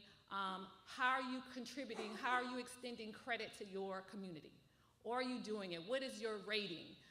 You can get a poor, you can get a satisfactory, or you can get outstanding. If you get less than a satisfactory, it impedes a bank's ability to merge, acquisition, to grow. All right? When you go into a financial institution, if you go into Hancock Whitney, if you go into Chase, if you go into Wells Fargo, if you go into Regions, if you go into PNC, on their wall, in their financial centers or their branches, you will see the Community Reinvestment Act. Probably didn't even pay attention to it, but it's there. And so if we don't do our jobs, then we can't grow. All right? We cannot grow. So it's important for us that we make sure that we do everything that we can to make access to credit available for everyone. Whether you're open a checking account for the very first time, whether you start out at zero, if you start at $1 or whatever, or to someone who comes in who has access and may have wealth, it is up to, we have to make sure that we provide service to everyone. We make sure that everyone has access to credit. That's really important. People, you need to know that. And we so, have a responsibility. And so with that in mind, she explained it a lot better than I was about to. With that in mind, as in all good negotiations, when you get your credit to the place where it needs to be and in the proper financial fitness, you can then go to those banks with poor ratings and say, in your best interest, you need to give me a loan, right? It's in your best interest because look at your rating. Now, I have my stuff together, and then you be bold about it. If you decide not to give me a loan, maybe I let people know why you have those low grades, and maybe I tell everybody in my neighborhood, and maybe I'll tell the gentleman that talks about the weather on an NBC affiliate here in town, and they might start talking about it. So it's in your best interest to then give us loans. Thank you. That's all I want to say. Any other questions from the audience? And John. Yeah, I wanted the young gentleman right there. He had asked a question about like when's the best time to start. You know, my philosophy is legacy has no time, no shelf life. So I would say engage right now. You don't want to wait and chase perfection because right now you could be building your LLC. By the time you're ready to roll and run with it, you already have 5 years of an establishment date. So that validates you right there. You know, I experienced a lot of like age discrimination. But that doesn't stop anything. We live in a capitalistic society, and there is no merit to any of that. You know, you have to just make sure you're building your legacy business. One, you're confident in what you're doing, and just injecting it with your time and talent. Because ultimately, it's something that you have to be consistent with. And I think anything that's intentional to Norman's credit, like the intentionality that NOLA BA has with just the language that they inject into our ecosystem, I think is going to have like lasting effects. So anything that you do that's in the vein of legacy building will help counter some of these disparities that we have in our society. So, you know, just don't wait till tomorrow. And I just want to add one quick thing. Everything, there's all kinds of great information that everybody's given us, but it all boils down to us individually. We, like I started saying, and I butchered it a little bit, we need to make sure that we have good credit. We need to make sure that we have legal structures to our businesses.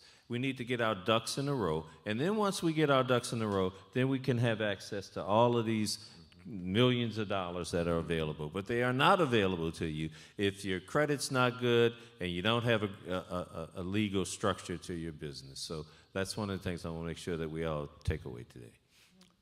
Any other questions? Yes, ma'am. Okay, I'm going to ask my question from back here, and hopefully you can hear me. Yes. But I am a business owner. I started my business in Texas almost 20 years ago. I do operate, I'm a native New Orleanian. I do operate some business functions in New Orleans as well. I have found that over the years, it was harder to gain traction in New Orleans with business than it is in Texas. So for the panelists, do you think our DBE system is a broken system, or do you think it's just out there? You know, I know it needs work, but in your opinion, can you tell me what your experience has been with the DBE systems to help small businesses to get contracts? In my opinion, I've seen it on an industry basis work better for construction, contracting some of the suppliers to reoccurring commodities a little better than professional services.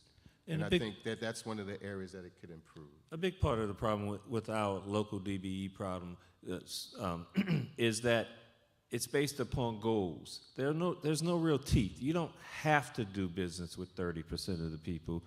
Usually these contracts are have goals, and so if you fall short of the goal, you have built into those goals are regulations, things you have to try to do. And if you can demonstrate that you did those 5 things, but you still couldn't find anybody, then you don't have to do business with 30. Then 30% of your business doesn't have to go to a DBE. So we need a stronger, in my estimation.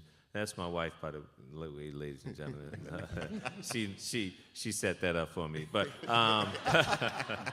we need to have a stronger DBE program. We need to have a DBE program with teeth in it that makes requirements of businesses. And too often, they fall back on these stereotypes that there weren't enough qualified black people. That's foolishness. That's not true. We know that that's not true. We know that they intentionally didn't find the people that could have done it so that they didn't have to give away 30% of their business. But we need is teeth in our DBE program. But also, I'm going back to, we also as people need to make sure that we have good credit and have legal LLCs and companies so that when people come looking, we're there. So we need to make ourselves available. John?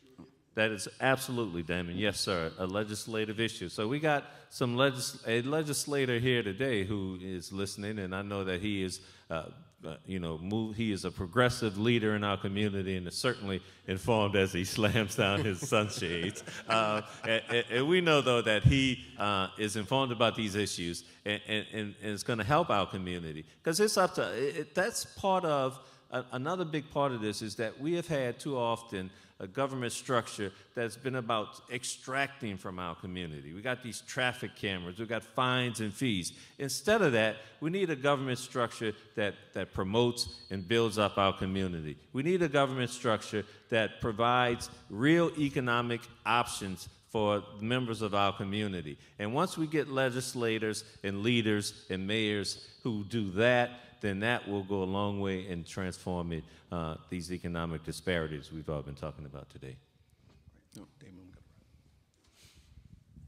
And if I could just say one thing, yeah, he was very poetic. In my personal opinion, I think it's a system. So, most of our systems are broken. They built from Jim Crow and all these different other things that was aimed at us. So I think it is broken because it doesn't have an agenda attached to it or a policy attached to it that makes it where it can engage our business structure. So you're going to constantly keep seeing a below average kind of return from black businesses that are DBEs. Construction is one silver lining that you do have a minimal high points. But when you look at, across the board, it doesn't have any kind of policy backing it. It doesn't have any kind of agenda backing it. So you won't have the political assets you need to really make it an asset to our community. So I'm a DBE, but that's just my opinion.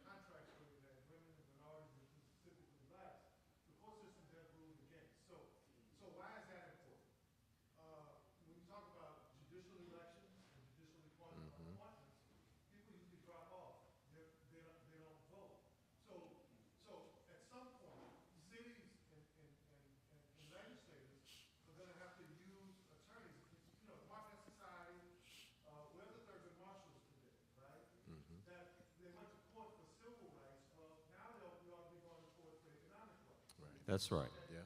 And when you talk about economic scales, there are more rich black people in communities that are much larger than ours with a smaller percentage of black folk because there's more money that flows through those economies. And here in New Orleans, we historically relied upon a tourism community, which is a pass-through, and a political community which plays with less than a fifth of a percentage of which it actually goes through the economy. So while we're looking at government to fill those needs, there are black folk in other cities, Chicago, Atlanta, New York, who they don't even care about a government contract. They don't even care about set aside or supplying diversity because there's enough money flowing through that economy for them to do business. And lastly, someone said about when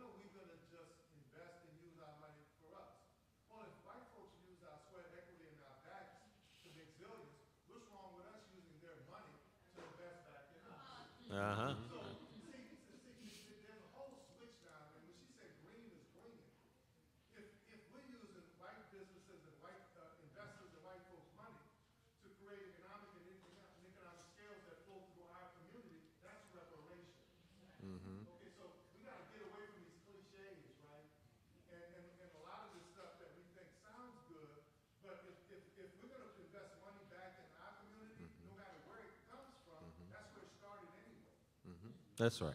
And to the councilman's point, another thing, it goes back to voting, right?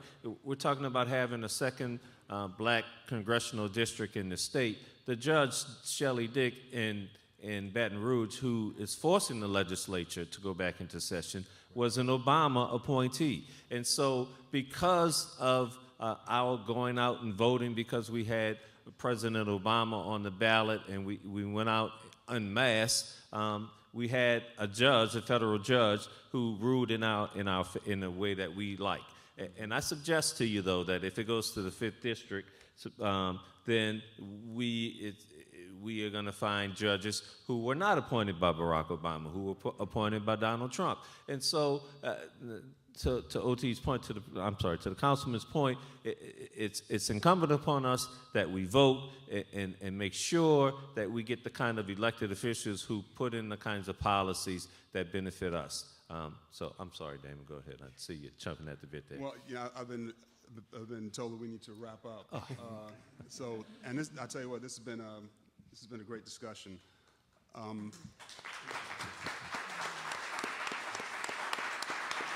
Hey, so I want to thank Norman Barnum, the NOLA Business Alliance, Tish Allen, Vice President, Hancock Whitney Bank, John Renthrope, the CEO and brewmaster of Cajun Fire, Jonathan Stewart, the owner of Jonathan Stewart State Farm Agency, and Jeff Thomas, of course, WBOK, 12:30 a.m. Thank you all for your time and your knowledge. And thank you, Damon, for coming here today from WDSU and moderating for us. Thank you very much. Thank you all.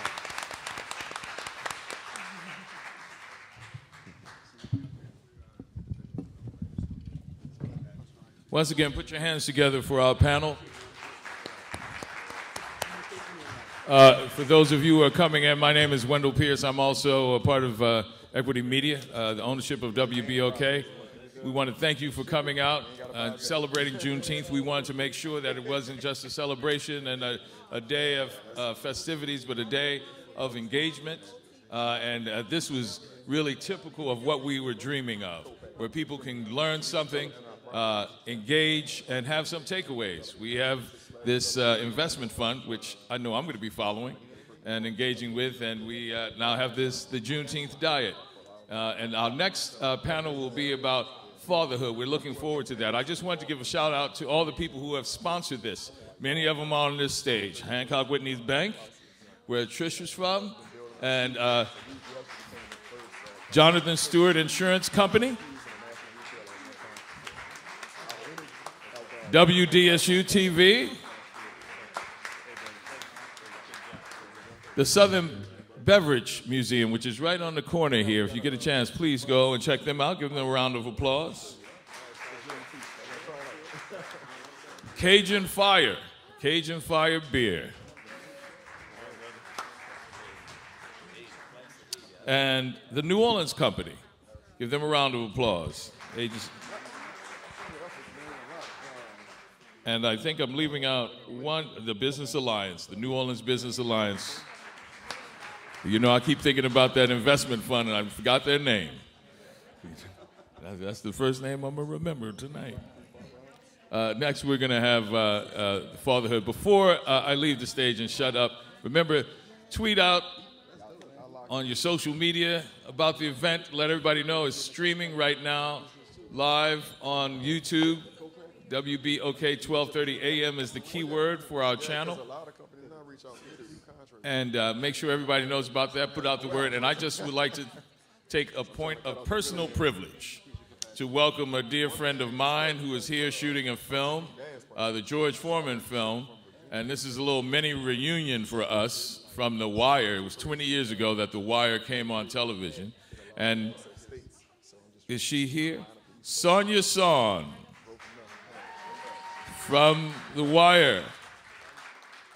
Give her a big round of applause. She's loving New Orleans. She's been here like 3 or 4 months now, off and on.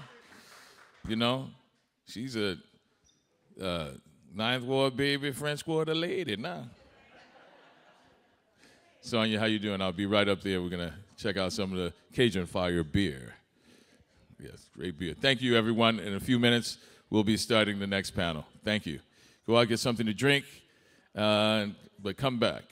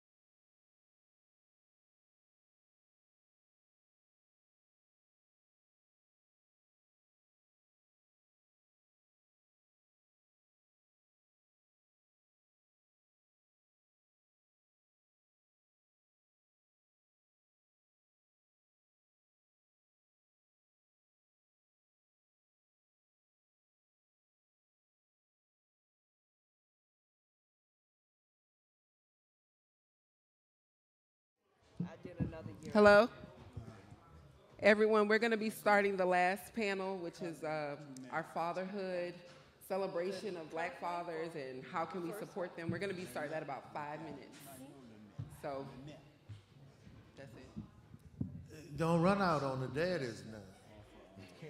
Y'all better go out there and round up some folk, you know. When we get to the real juicy stuff. She made a trip to talk to Terry about it. She made a trip.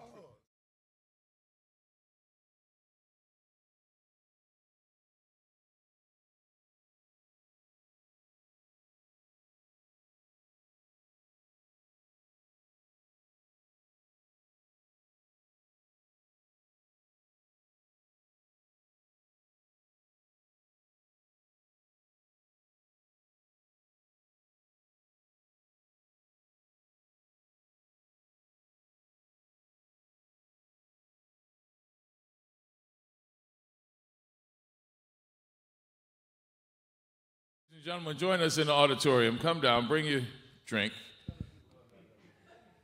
Come on back in here. We are about to do the most important panel of the day, especially on this day. We are celebrating our black fathers. I said we are celebrating our black fathers. We are celebrating our black fathers. I just have one brief thing to say. My father is 97 years old and likes to go to church early on Sunday mornings. Boy, it was early this morning. I had to get up. And he likes to go to church and then go to sleep. Yep. But today he stayed awake. It was great to be there with my father at that time. And I remember we would go fishing and he would always say the same thing to me all the time. He said, "Son, I knew I had a problem with my father. But if I ever became a father, the one thing I would never do is ever leave you. I will always be there with you." And as I travel the world, whenever I go, the last thing I do is I see my father, and he just says, "Watch your back and know I'm with you." So he is always there. That's my tribute and celebration of one of the great black fathers that we know. So with that, I turn it over to our morning man, one of the great voices of New Orleans, who gives a platform and voice to the voiceless and empowers people not only with his show, but his actions. And that's Mr. Oliver Thomas. Man, Wendell, you made me put my shades back on. Well, first of all, man, happy Juneteenth, happy Father's Day, but also a special shout out to Equity Media and WBOK. I think not only trailblazing, but setting a lot of new trends, man, that where we, hopefully in this community, Dr. Arnold and Telly, we can memorialize Juneteenth into what it ought to be. So let's give Equity Media and WBOK, Wendell, and that whole team a hand. I'm gonna set the table for our discussion, and Congressman Carter was supposed to be one of our panelists. He had an emergency. So a young lady who's not only his field director or district director, she's everything in charge in this district for him, you know, and she's kind of like mama and daddy in the life. And so Demetri is going to join us on this panel along with Dr. Arnold, along with Telly, and of course Reverend Rakashna, who is one of the voices of WBOK, but I also feel like he's one of the hosts and part of the staff. So let's give our panel a hand. We have some questions, but I'm going to set the table with some data and some statistics. Dr. Arnold and I were talking earlier. I asked him if he had read the Brookings Institute report on black men and boys, which says that, listen closely, guys, because, you know, black men aren't always trending, and there's a difficulty when I talk to men and boys about where their space is in society today. Not that we shouldn't celebrate our women, not that we shouldn't celebrate other groups, but there's a difficulty in finding out where do I fit. The Brookings Institute, in its most recent report, said that no other group has fared as badly and persistently for as long with racism and rejection in every social institution. Not some, every social institution is black men and boys. It has been so bad for so long that they think the only solution for black men and boys is a New Deal, okay? 1968 was the last time only 28% of African American households didn't have a male and a female in it. 1968. Today it's 67%. 1 in 3 African American men are part of the criminal justice system. African American young men in New Orleans lead the nation in terms of dropout, not just for high school, but dropout by the 6th grade. African American men in most chronic illnesses lead the nation, from heart disease to medical disparity to cancer to chronic illnesses in almost every category. So those are just some of the things. When you look at us celebrating the splendor of black men and black fathers, those are just a few of the areas that black men and fathers have had to face in this country and still face in this country every day. Dr. Arnold, while you're explaining just how wonderful it is to be a black male or a black father, if with any of those issues, if you could fill in the context. Dr. Arnold. Okay. One of the things we talk about is black men are the lowest on all of these trajectories. We always talk about, you know, all their social connections and participation. One of the things as a psychologist, I was focused on black men and their mental health, because I am just convinced that you can't do any and be successful at any of the other life events if your head is not in the game. And so you've got to start dealing with all of your past traumas, name them, heal them, recover from them, and then get on with the issues of life. And so often we blame people, well, you don't do this, you can't do this, you can't do that. But what about those things, the burdens that you carry as a man and as a black man in this society that are never addressed and healed? So it's not just the current, it's the past. Wow. Telly Medina, folk who know you know that you're one of the probably leading political consultants and lobbyist people all over this country rely on you for critical data about policy, legislation, how it's going to affect their organization and their business. But I'd like you to talk about being a black father and a black man, knowing when you're looking at legislatures, when you're looking at Congress, when you're looking at political bodies, with legislation, you know that you're seeing enacted or not enacted, and its effect not only on you, but on your sons and other men. Tell them. Good afternoon. It's good to see you and be here with you. We were supposed to have a second black congressional district for 5 months. Supposed to.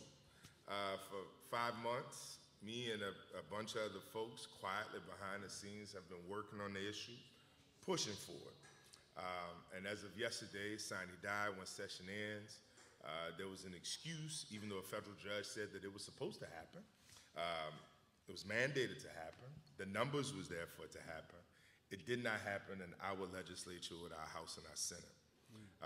We have roughly 1,300 to 1,600 bills that came through Baton Rouge, and that isn't counting what's happening, what Congressman Troy Carter and others in Washington, D.C. And the amount and pieces of legislation that happened to us, and the hatred, and I can be very candid, probably because I'm still a little upset from what happened over the last few months, as directed to New Orleans, it's real vitriol. Sometimes it's because of the politics, but sometimes it's because of the ideology of the way in which black men are perceived in New Orleans. And I'll give you a very quick story, not just, I'm conscious of what I'm saying, but very honest. I was talking with a white legislator once, and he had 3 colleagues there.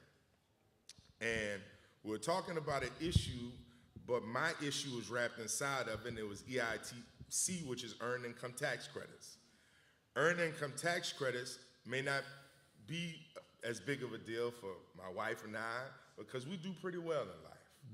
But my mother, who probably made $15,000, $16,000 a year when she was routing me through Huntersville and Valina C. Jones on to come up, it's a big deal. And I know how big of a deal it is because even though I do well, I still got people in my family that does not do as well as I. And the guy said, every time we are trying to get stuff done, these niggas always are asking for more stuff. And then he turns to me, he says, no, tell it not your people. Not you. Not you, Yeah. but you know what I mean. Right. Now, that's the difficult part for me. Because in that moment, the North Prairie Columbus part of me very much said, you already know. You know what it was. Yeah, absolutely. But if you read The Spook Who Sat at the Door, I have a higher responsibility. I can't lose my cool. Yes, it's true that my children look at me and my wife is a judge and I saw one of my fraternity brothers say all that part about New Orleans, but my job is to deliver as a lobbyist and the resources to get back here so that people like you and people like him can do their job. I took that lick. And then when he felt bad about it, I went back to him privately and said, so now you got to double down and help me so I can help more of the, because that you were just talking about. Those are the things that you consistently have to deal with. And coming home, and I end with saying this, and coming home to my wife, who's in politics, and was trained by mamas in politics, do you know how demoralizing it is to see before my children are here, before you walk in the door, to get your mind together so that you can be prepared for, hey, how y'all doing? Amen. You doing all right? What was school like today? Amen. That is the current state of what politics is like right now. It can be very difficult. It can be very challenging, but it's our responsibility. And knowing that I'm going to celebrate Big Duck and Juneteenth today, Huntersville, where I came from, we were taught to do this and do it a certain way, and so that's our task. Wow, no, I think that puts it in context perfectly, the entire discussion. Pastor Ricasna is a minister, a former firefighter, public servant, also administrator in the education system, and as the founder of the Fatherhood Roundtable. Several years ago, you and your group worked on a 10-point plan that was submitted to the Obama administration on 21st century policing. As you look around the acts that have happened from Philando Castile, Eric Garner, Ronald Green, how do you feel the lives of black men, not only in the criminal justice system, but when you talk about policing here in America? You threw a lot at me, Brother Oliver. But let me say this. First, I'd like to thank you and WBOK for allowing me to sit on this panel with such illustrious co-panelists. You know, as I sit here and I be in deep thought, and I say to myself, in spite of the way things are, I'm not ashamed to be a black man. I'm proud to be a black man. I'm a flawed man. I'm not a perfect man, but I'm a proud black man. What does that mean? What that means to me is I got to work. I can't just sit around and talk, wish, wait, and hope. I got to get out there and make it happen. How you do that Reverend McCartney, Brother McCartney. You get up off your rusty dusty. You look around your community and see what the needs are, and you get in where you fit in. God has blessed each and every one of us with various talents. He didn't give us these talents so we could just grandize ourselves. He gave it to us so that we could serve somebody. And I love serving my people. You asked the question, Brother Oliver, and I'm going to get to it, but let me go back to something that Brother Medina said in the legislature. When I was in the firehouse, rose to the rank of captain, president of the local Black Firefighters Association, vice president of the International Association of Black Professional Firefighters. When I was in that firehouse, I learned that that fire station, that fire department, was the last bastion of slavery. Last bastion of slavery. Why you say that, Brother Ricardo? Because I'm in there with them people. And the same thing you experienced in the legislature, I experienced in the firehouse. Those Caucasians, let me put it nicely, wants to tell black jokes. And how they call what we call a fire plug, they call the N-word plug. And so, old captain, I was just a probationary firefighter, old captain came to me and told me that joke. And I turned around to him and said, I don't do N-word jokes. Don't bring it to me. I was blackballed from that time on. But that's all right. Because, see, we have a community within ourselves. We cannot get brainwashed just to be in them people's company. They fix some of the best food in the firehouse you ever want to eat. And because we such a minority in there, the first thing they do is cut you out the meal. Well, cut me out because I got a mama that cooked good, and she made sure I ate 3 meals a day every day. Not only that, they'll pick your friends for you. And they came to me and said, look, don't mess with him now because he's trouble. Because he was somewhat of outspoken brother. And I told him, I said, you can't pick my friends for me because when you wouldn't let me in the meal, that brother made sure I had something to eat. We got to learn to stand for something or we'll fall for anything. We got to stand proudly and boldly, and we got to take care of our people. I came here with this thought in mind. Is the village dead in our community? Hell no, it ain't dead. The village is alive and well. They just don't have enough of us pulling the wagon to make the village what it's supposed to be. I'm thankful that I'm surrounded by a group of men in the Fatherhood Roundtable. We've been around for 11, 12 years doing the work. We get no federal funding, no state funding. We are supported by you all, the community. The nickels and dimes, quarters, $100 we take now. We don't get no salaries or anything, and we make things happen for our community. We brought 50 kids on yesterday to Suno. We were supposed to be going bowling. That couldn't work. But the people at Suno made the adjustment, and we had a marvelous time.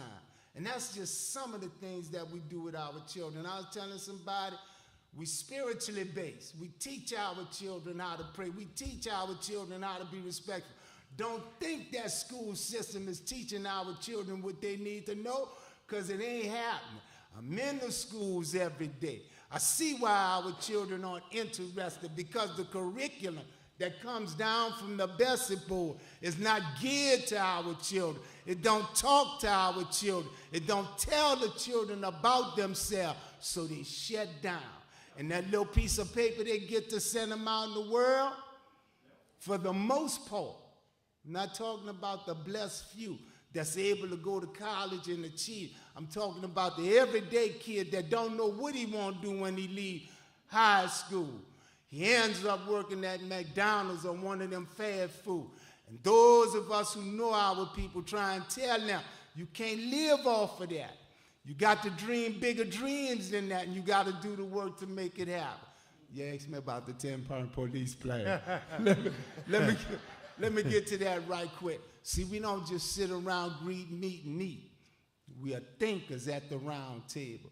We analyze our community, And when our community was in deep trouble, we said we as the community need to step up. And so we, after sharing with the community, bigger than just the round table, we went out and asked our people, what's some of the things that we need to do? What needs to happen in this city?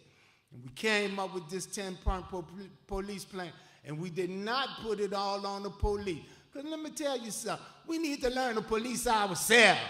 It's our children that's dying. It's our children that's committing the crime. We need to tell it like it is. I'm going to say this and I'm going to shut up.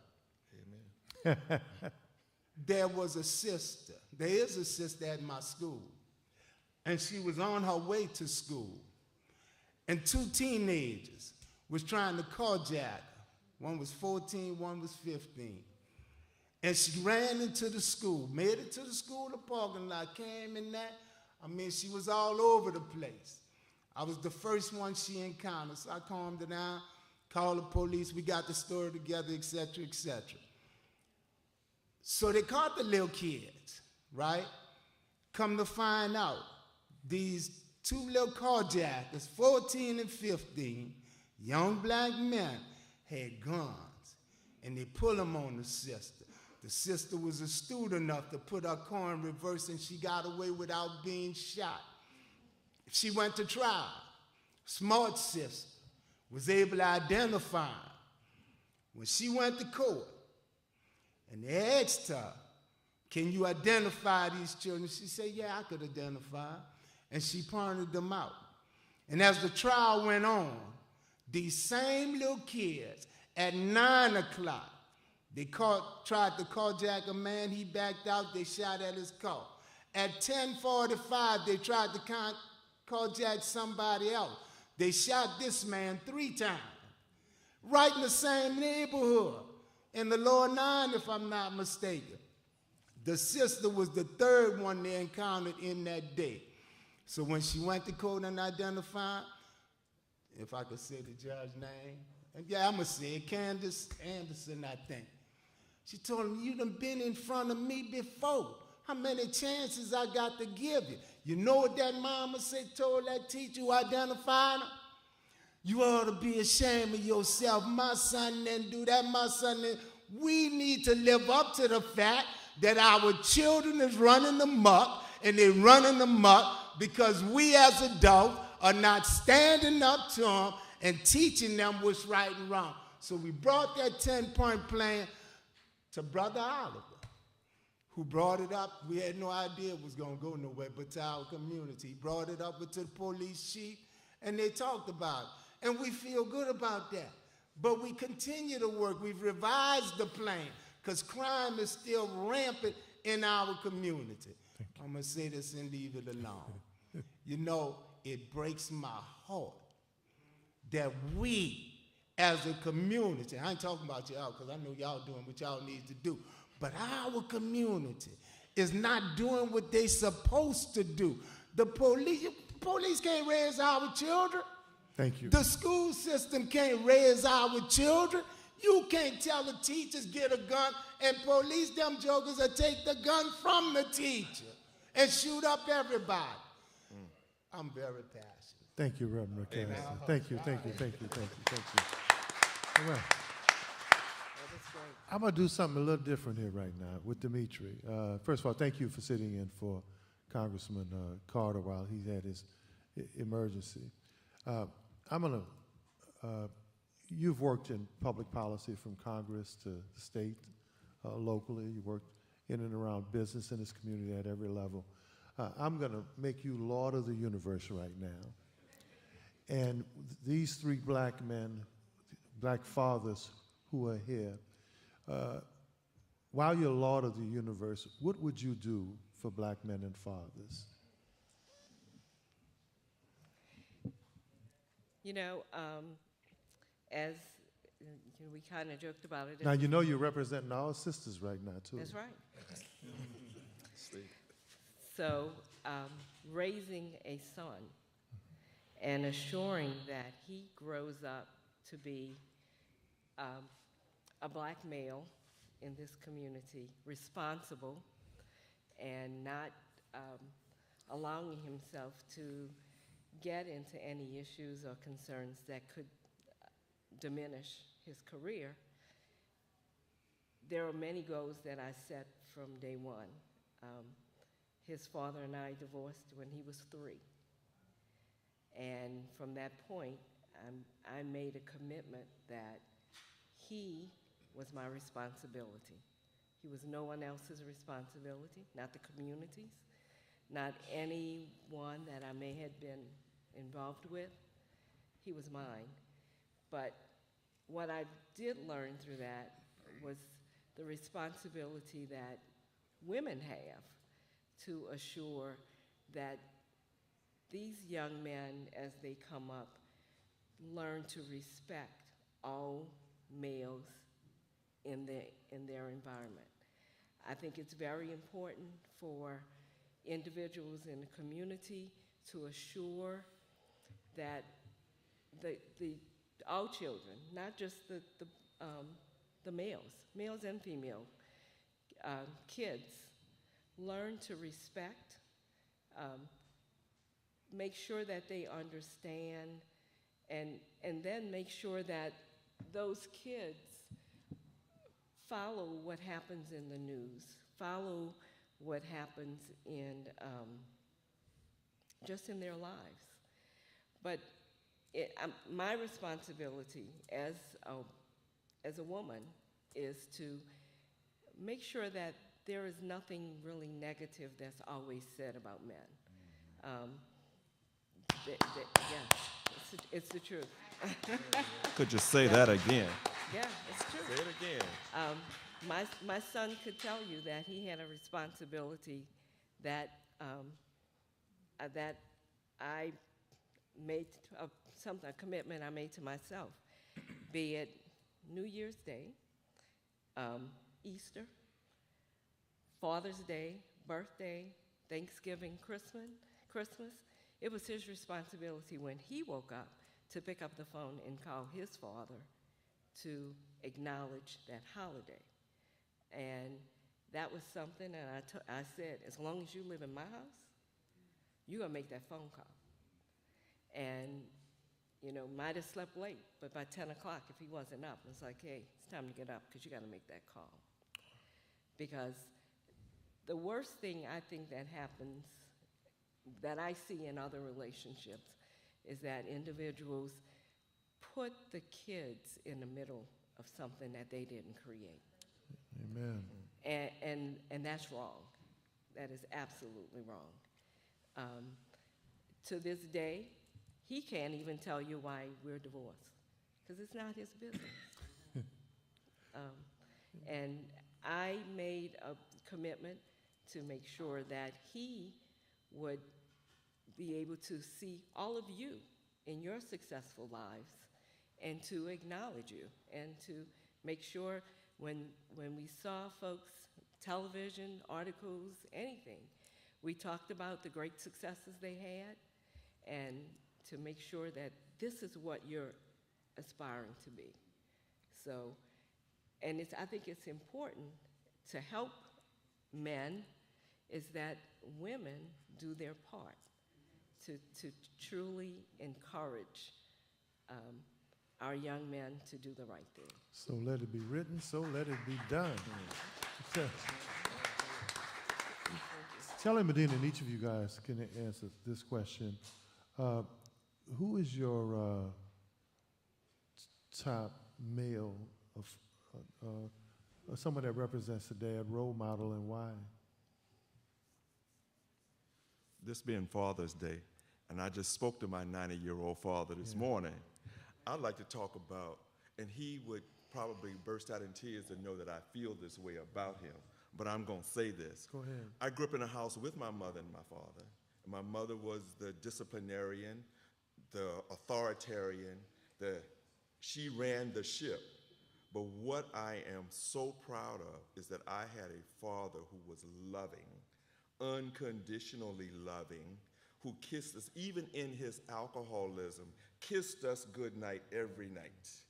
And even when we got older, he would say, I wasn't the best dad, but you were there. and he showed us that no matter what goes on, you still the dad. And my mother, who tried to demonize the alcoholism, over time had to accept that no matter what you say about him, we're gonna still love him. And to her point is, if two people made a person, you can't demonize half the person and then expect the person to be whole. Oh, Dr. Arnold. Because if you demonize the half, then I'm walking in the world as half a person. Well, Dr. Arnold, I was gonna, when we get to the end of this session, and my time is not working, so somebody keep me on cue. I was actually gonna ask you to explain to us the psychology of where black fathers and black men are here in America, but I want you to close out with that. Well, I just say, with that, I love you if you're listening. He told me this morning, he called me, he said, but did you call me? I said, no, Daddy, you called me. I'm supposed to call you on Father's Day. He said, but you know I'm old, I don't know about this technology stuff. I said, well, Daddy, I'm gonna need you to get that together. I need you to get that together. But what I learned from him and what I bring to my work is that everybody needs to see a loving man that validates them and show them worth every day. So it doesn't matter who you are. If you come into my office, you know you matter.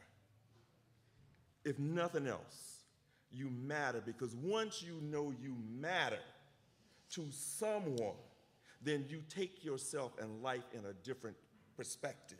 You care about yourself in a different way. If someone treats you like you are a throwaway, like a lot of children are because of whatever else is going on in the world, then they don't value life. You got to value, if somebody's got to make you feel loved. I remember, I could talk all day about this. I remember one of my students came, and this just breaks my heart every time I hear this, because I tell this story all the time. It was a kid who came into my office struggling in school, had an ankle bracelet, problems with the law, blah, blah, blah, blah, blah, blah. But I told his mama, you make sure he here every week. He got to come here. We don't do nothing but sit here and look out the window. He got to know that I care. So he shows up, and then something happened, and he had to have his hair cut. And he came back, and he said, Doc, I cannot believe what somebody said to me. I said, well, what did they say? He said, this girl walked up to me. She said, you know what now? Now you look like you matter to somebody. I said, so what does that mean? He said, like you've been telling me, maybe it is how I present myself in the world will get me the love and respect that I need. And I was like, okay, I'm done. Session ended for the day, because if you know that, that's a life lesson you came by. Telly, hey, absolutely.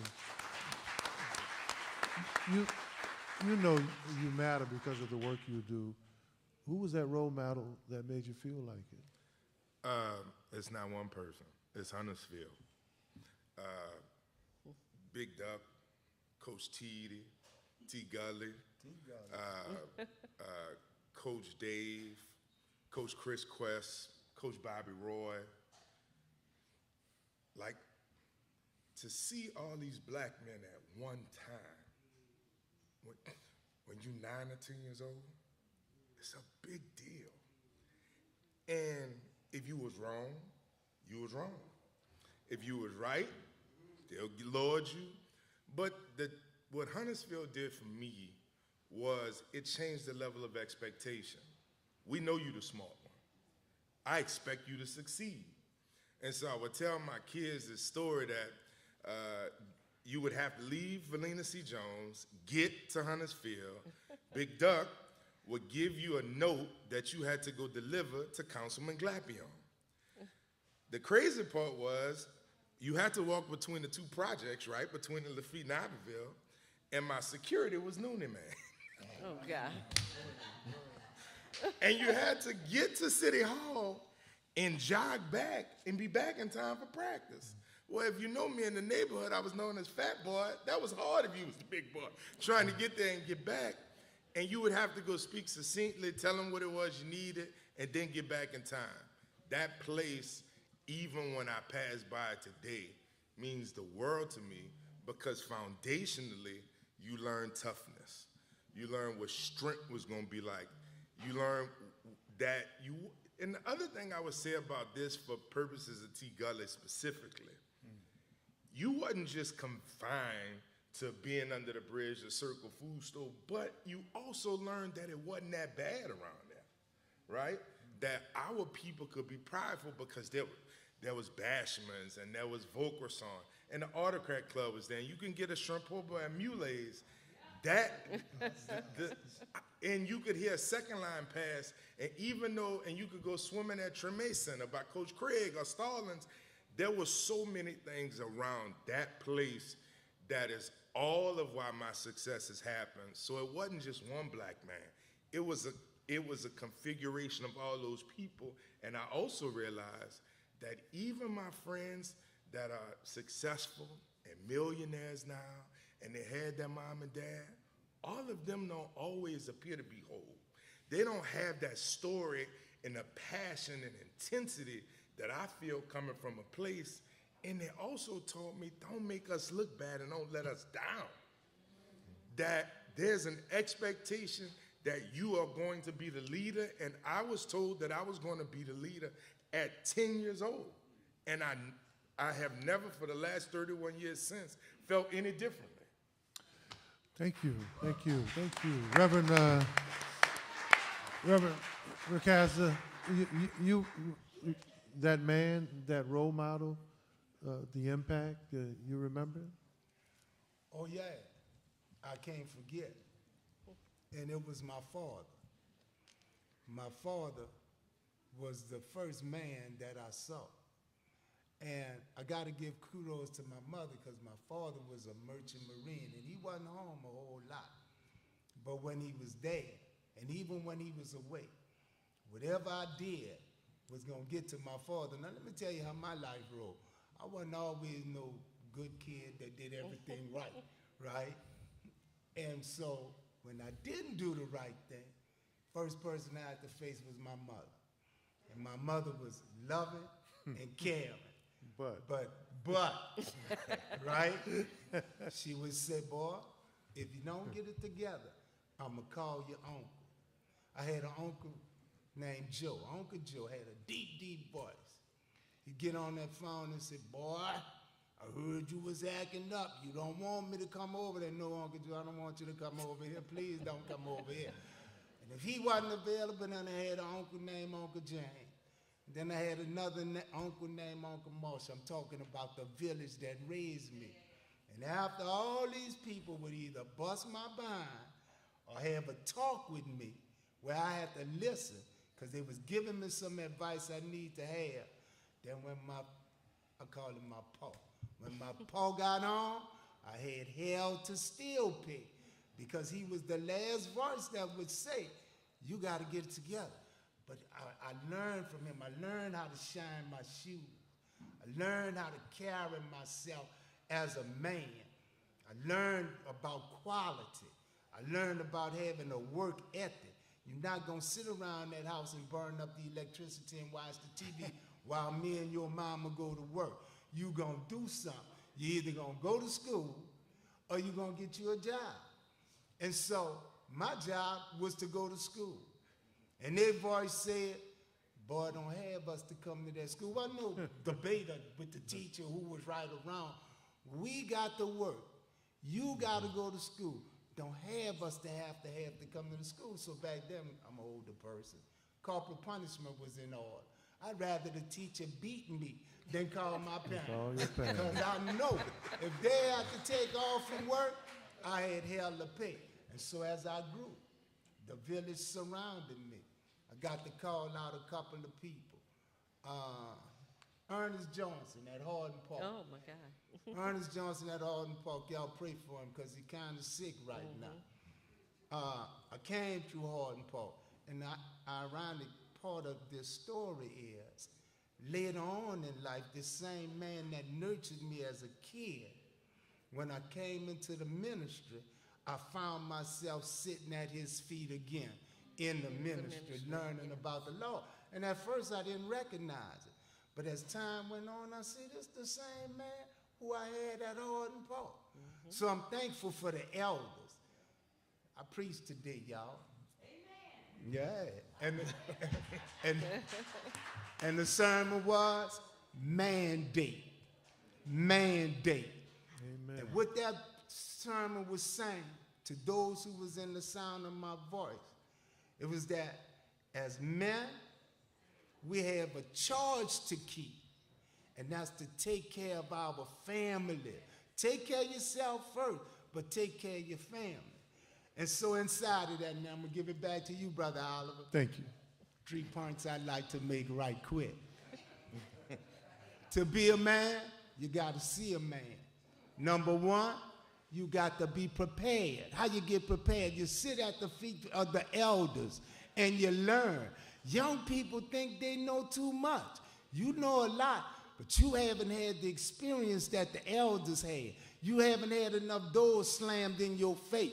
You haven't had enough heartbreaks yet. That's seasoning, y'all, that makes you who you are when you get a little bit old. The second part, you gotta participate. Once you sit at the feet of them elders, you gotta get up off it and get your own experience out there. Don't go out there half-cocked, because you're gonna get smashed. And you're gonna be right back by the elders sitting at their feet. How I know? Because I was one of them. Third point, once you prepare and participate, you got to pass it on. God didn't give it to you to go to grave with holding to your heart.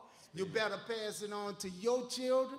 And if you don't have no biological children, any child that God puts under your charge is your child. Amen. I'm thankful I got biological children. I'm thankful that I serve children in the school system, and boy, that's a whole nother story. And I'm thankful that I'm a servant of the Lord, and I love the children. I love to have them come to learn the ways of the Lord. Thank you. Thank you. Thank you. If anyone is trying to text me or message me about time, my phone is dead. I don't have a watch. So if someone's be mindful of that as we move forward. Dimitri, that man, that male figure that impacted your life? You know, first my father, and I will tell you that I actually lost my father on Father's Day in 2002. And it gave this holiday a whole new meaning for me. But I will tell you, the way we were raised, anyone that was his friends were all our fathers. And they all remained role models to us. Still with us is Don Hubbard, that don't care what time he called, be it 2 o'clock in the morning. He don't care. He does that to all of us. Yeah. He calls us all his children and still treats us as though he is filling that role and truly respected to this day. Another one that was like that was Paul Boyer. Another one of my dad's friends. We grew up literally around all of my father's friends, and every one of them taught us and treated us to respect them. I want to stay with you as we move back, because I really want Dr. Arnold to close about the psychology of black men and boys. And I think too often people take it for granted today that black men are all right. Dimitri, you work in Congress at the national level. We talked earlier about the Brookings Institute and their report about calls for a new deal for black men and boys in this country. Given what we see now with the dropout rates for black men and boys, the fact that if you go and walk on college campuses, our women are achieving at heroic and historic levels. When you look at entrepreneurism, black women are leading the way in startup. Now, stay up is another thing. We don't look at real data. We celebrate our women for stay up, but very rarely do black women get the resources to stay up. That's another show at some point.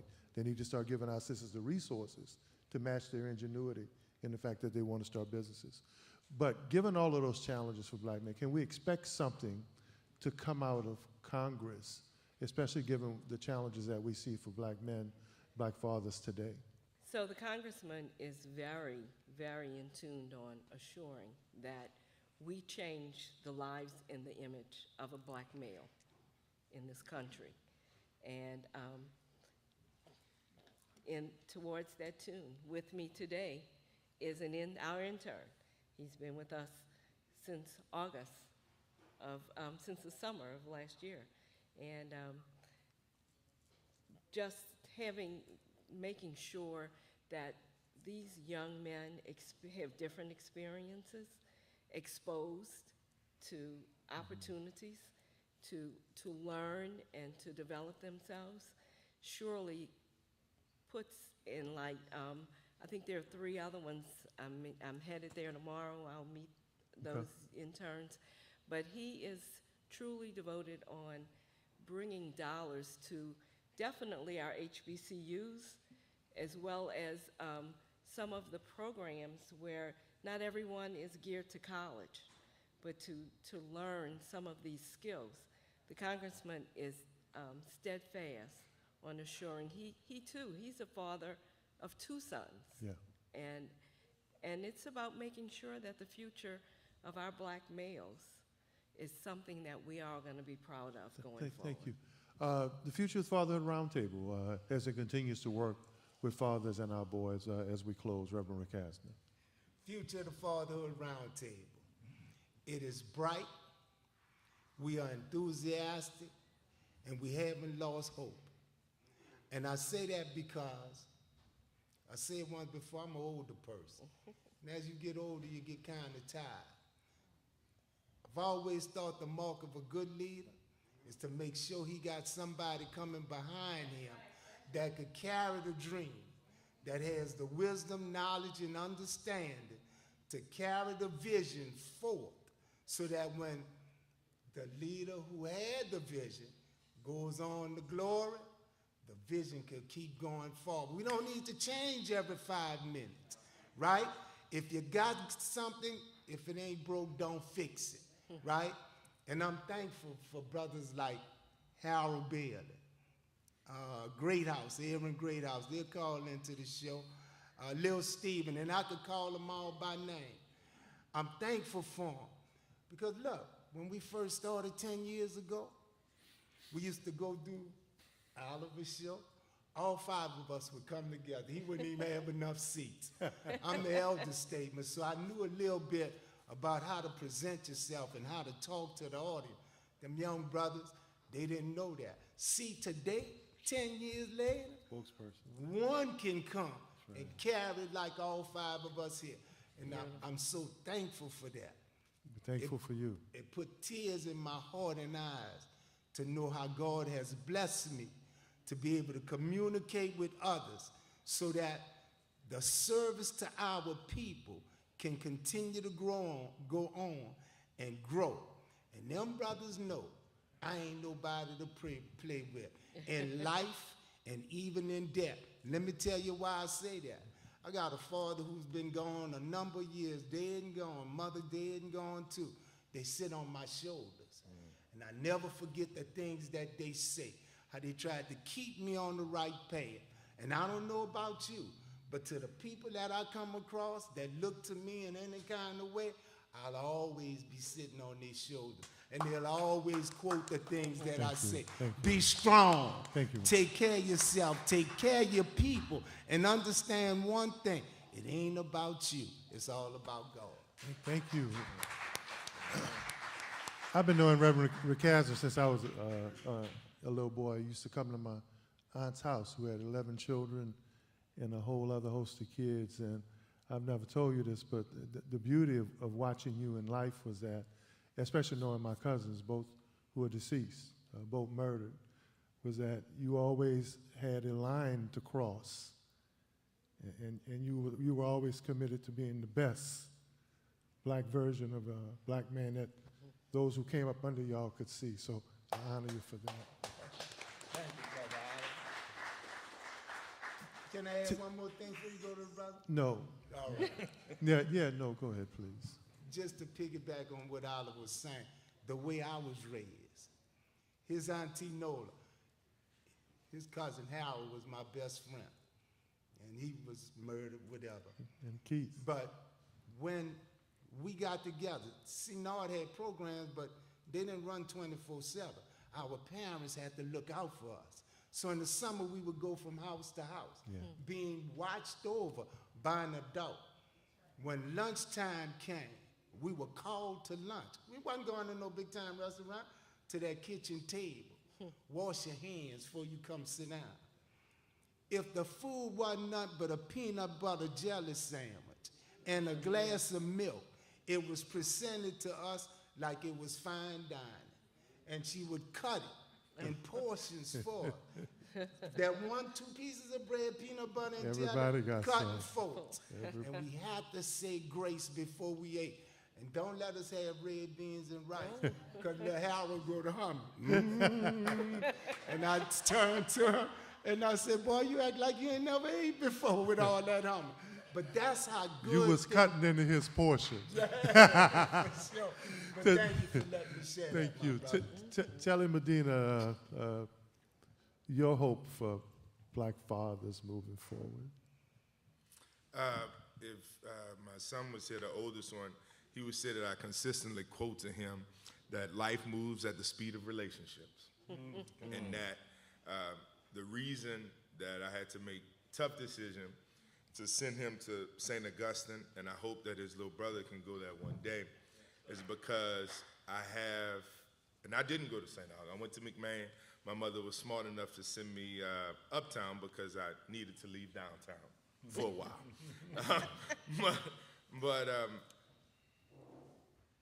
I think there's a level of expectation and intensity that I can command into my 3 children so that they cannot just have an expectation that things are, you can accomplish something small, you can accomplish something big.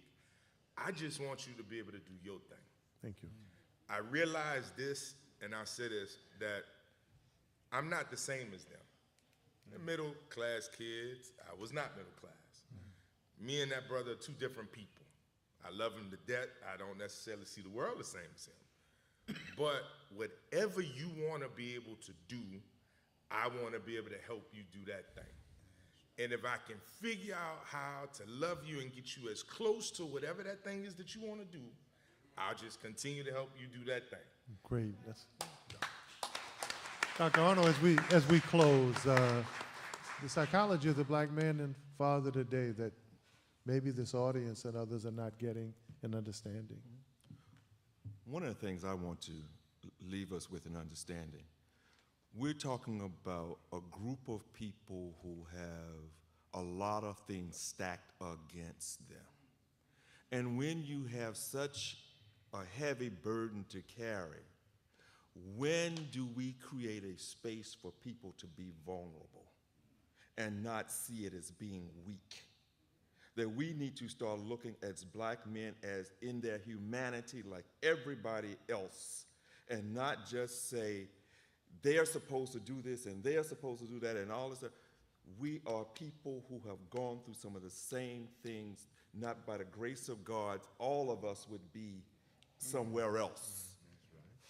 But we need to be able to care about people, be cared about, be taught to love, to receive love, to be able to be vulnerable, and then stand up and protect.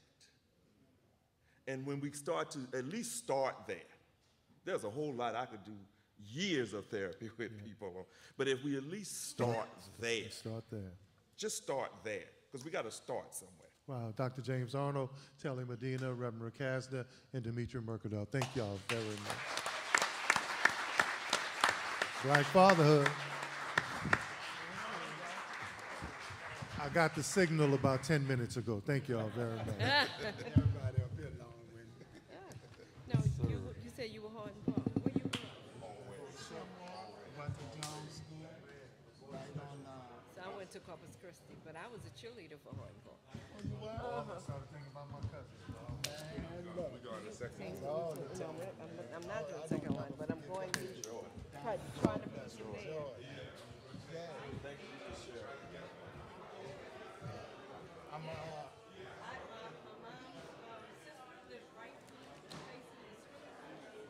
face in the swimming pool. Man, I just grew all up the bouteilles and all that.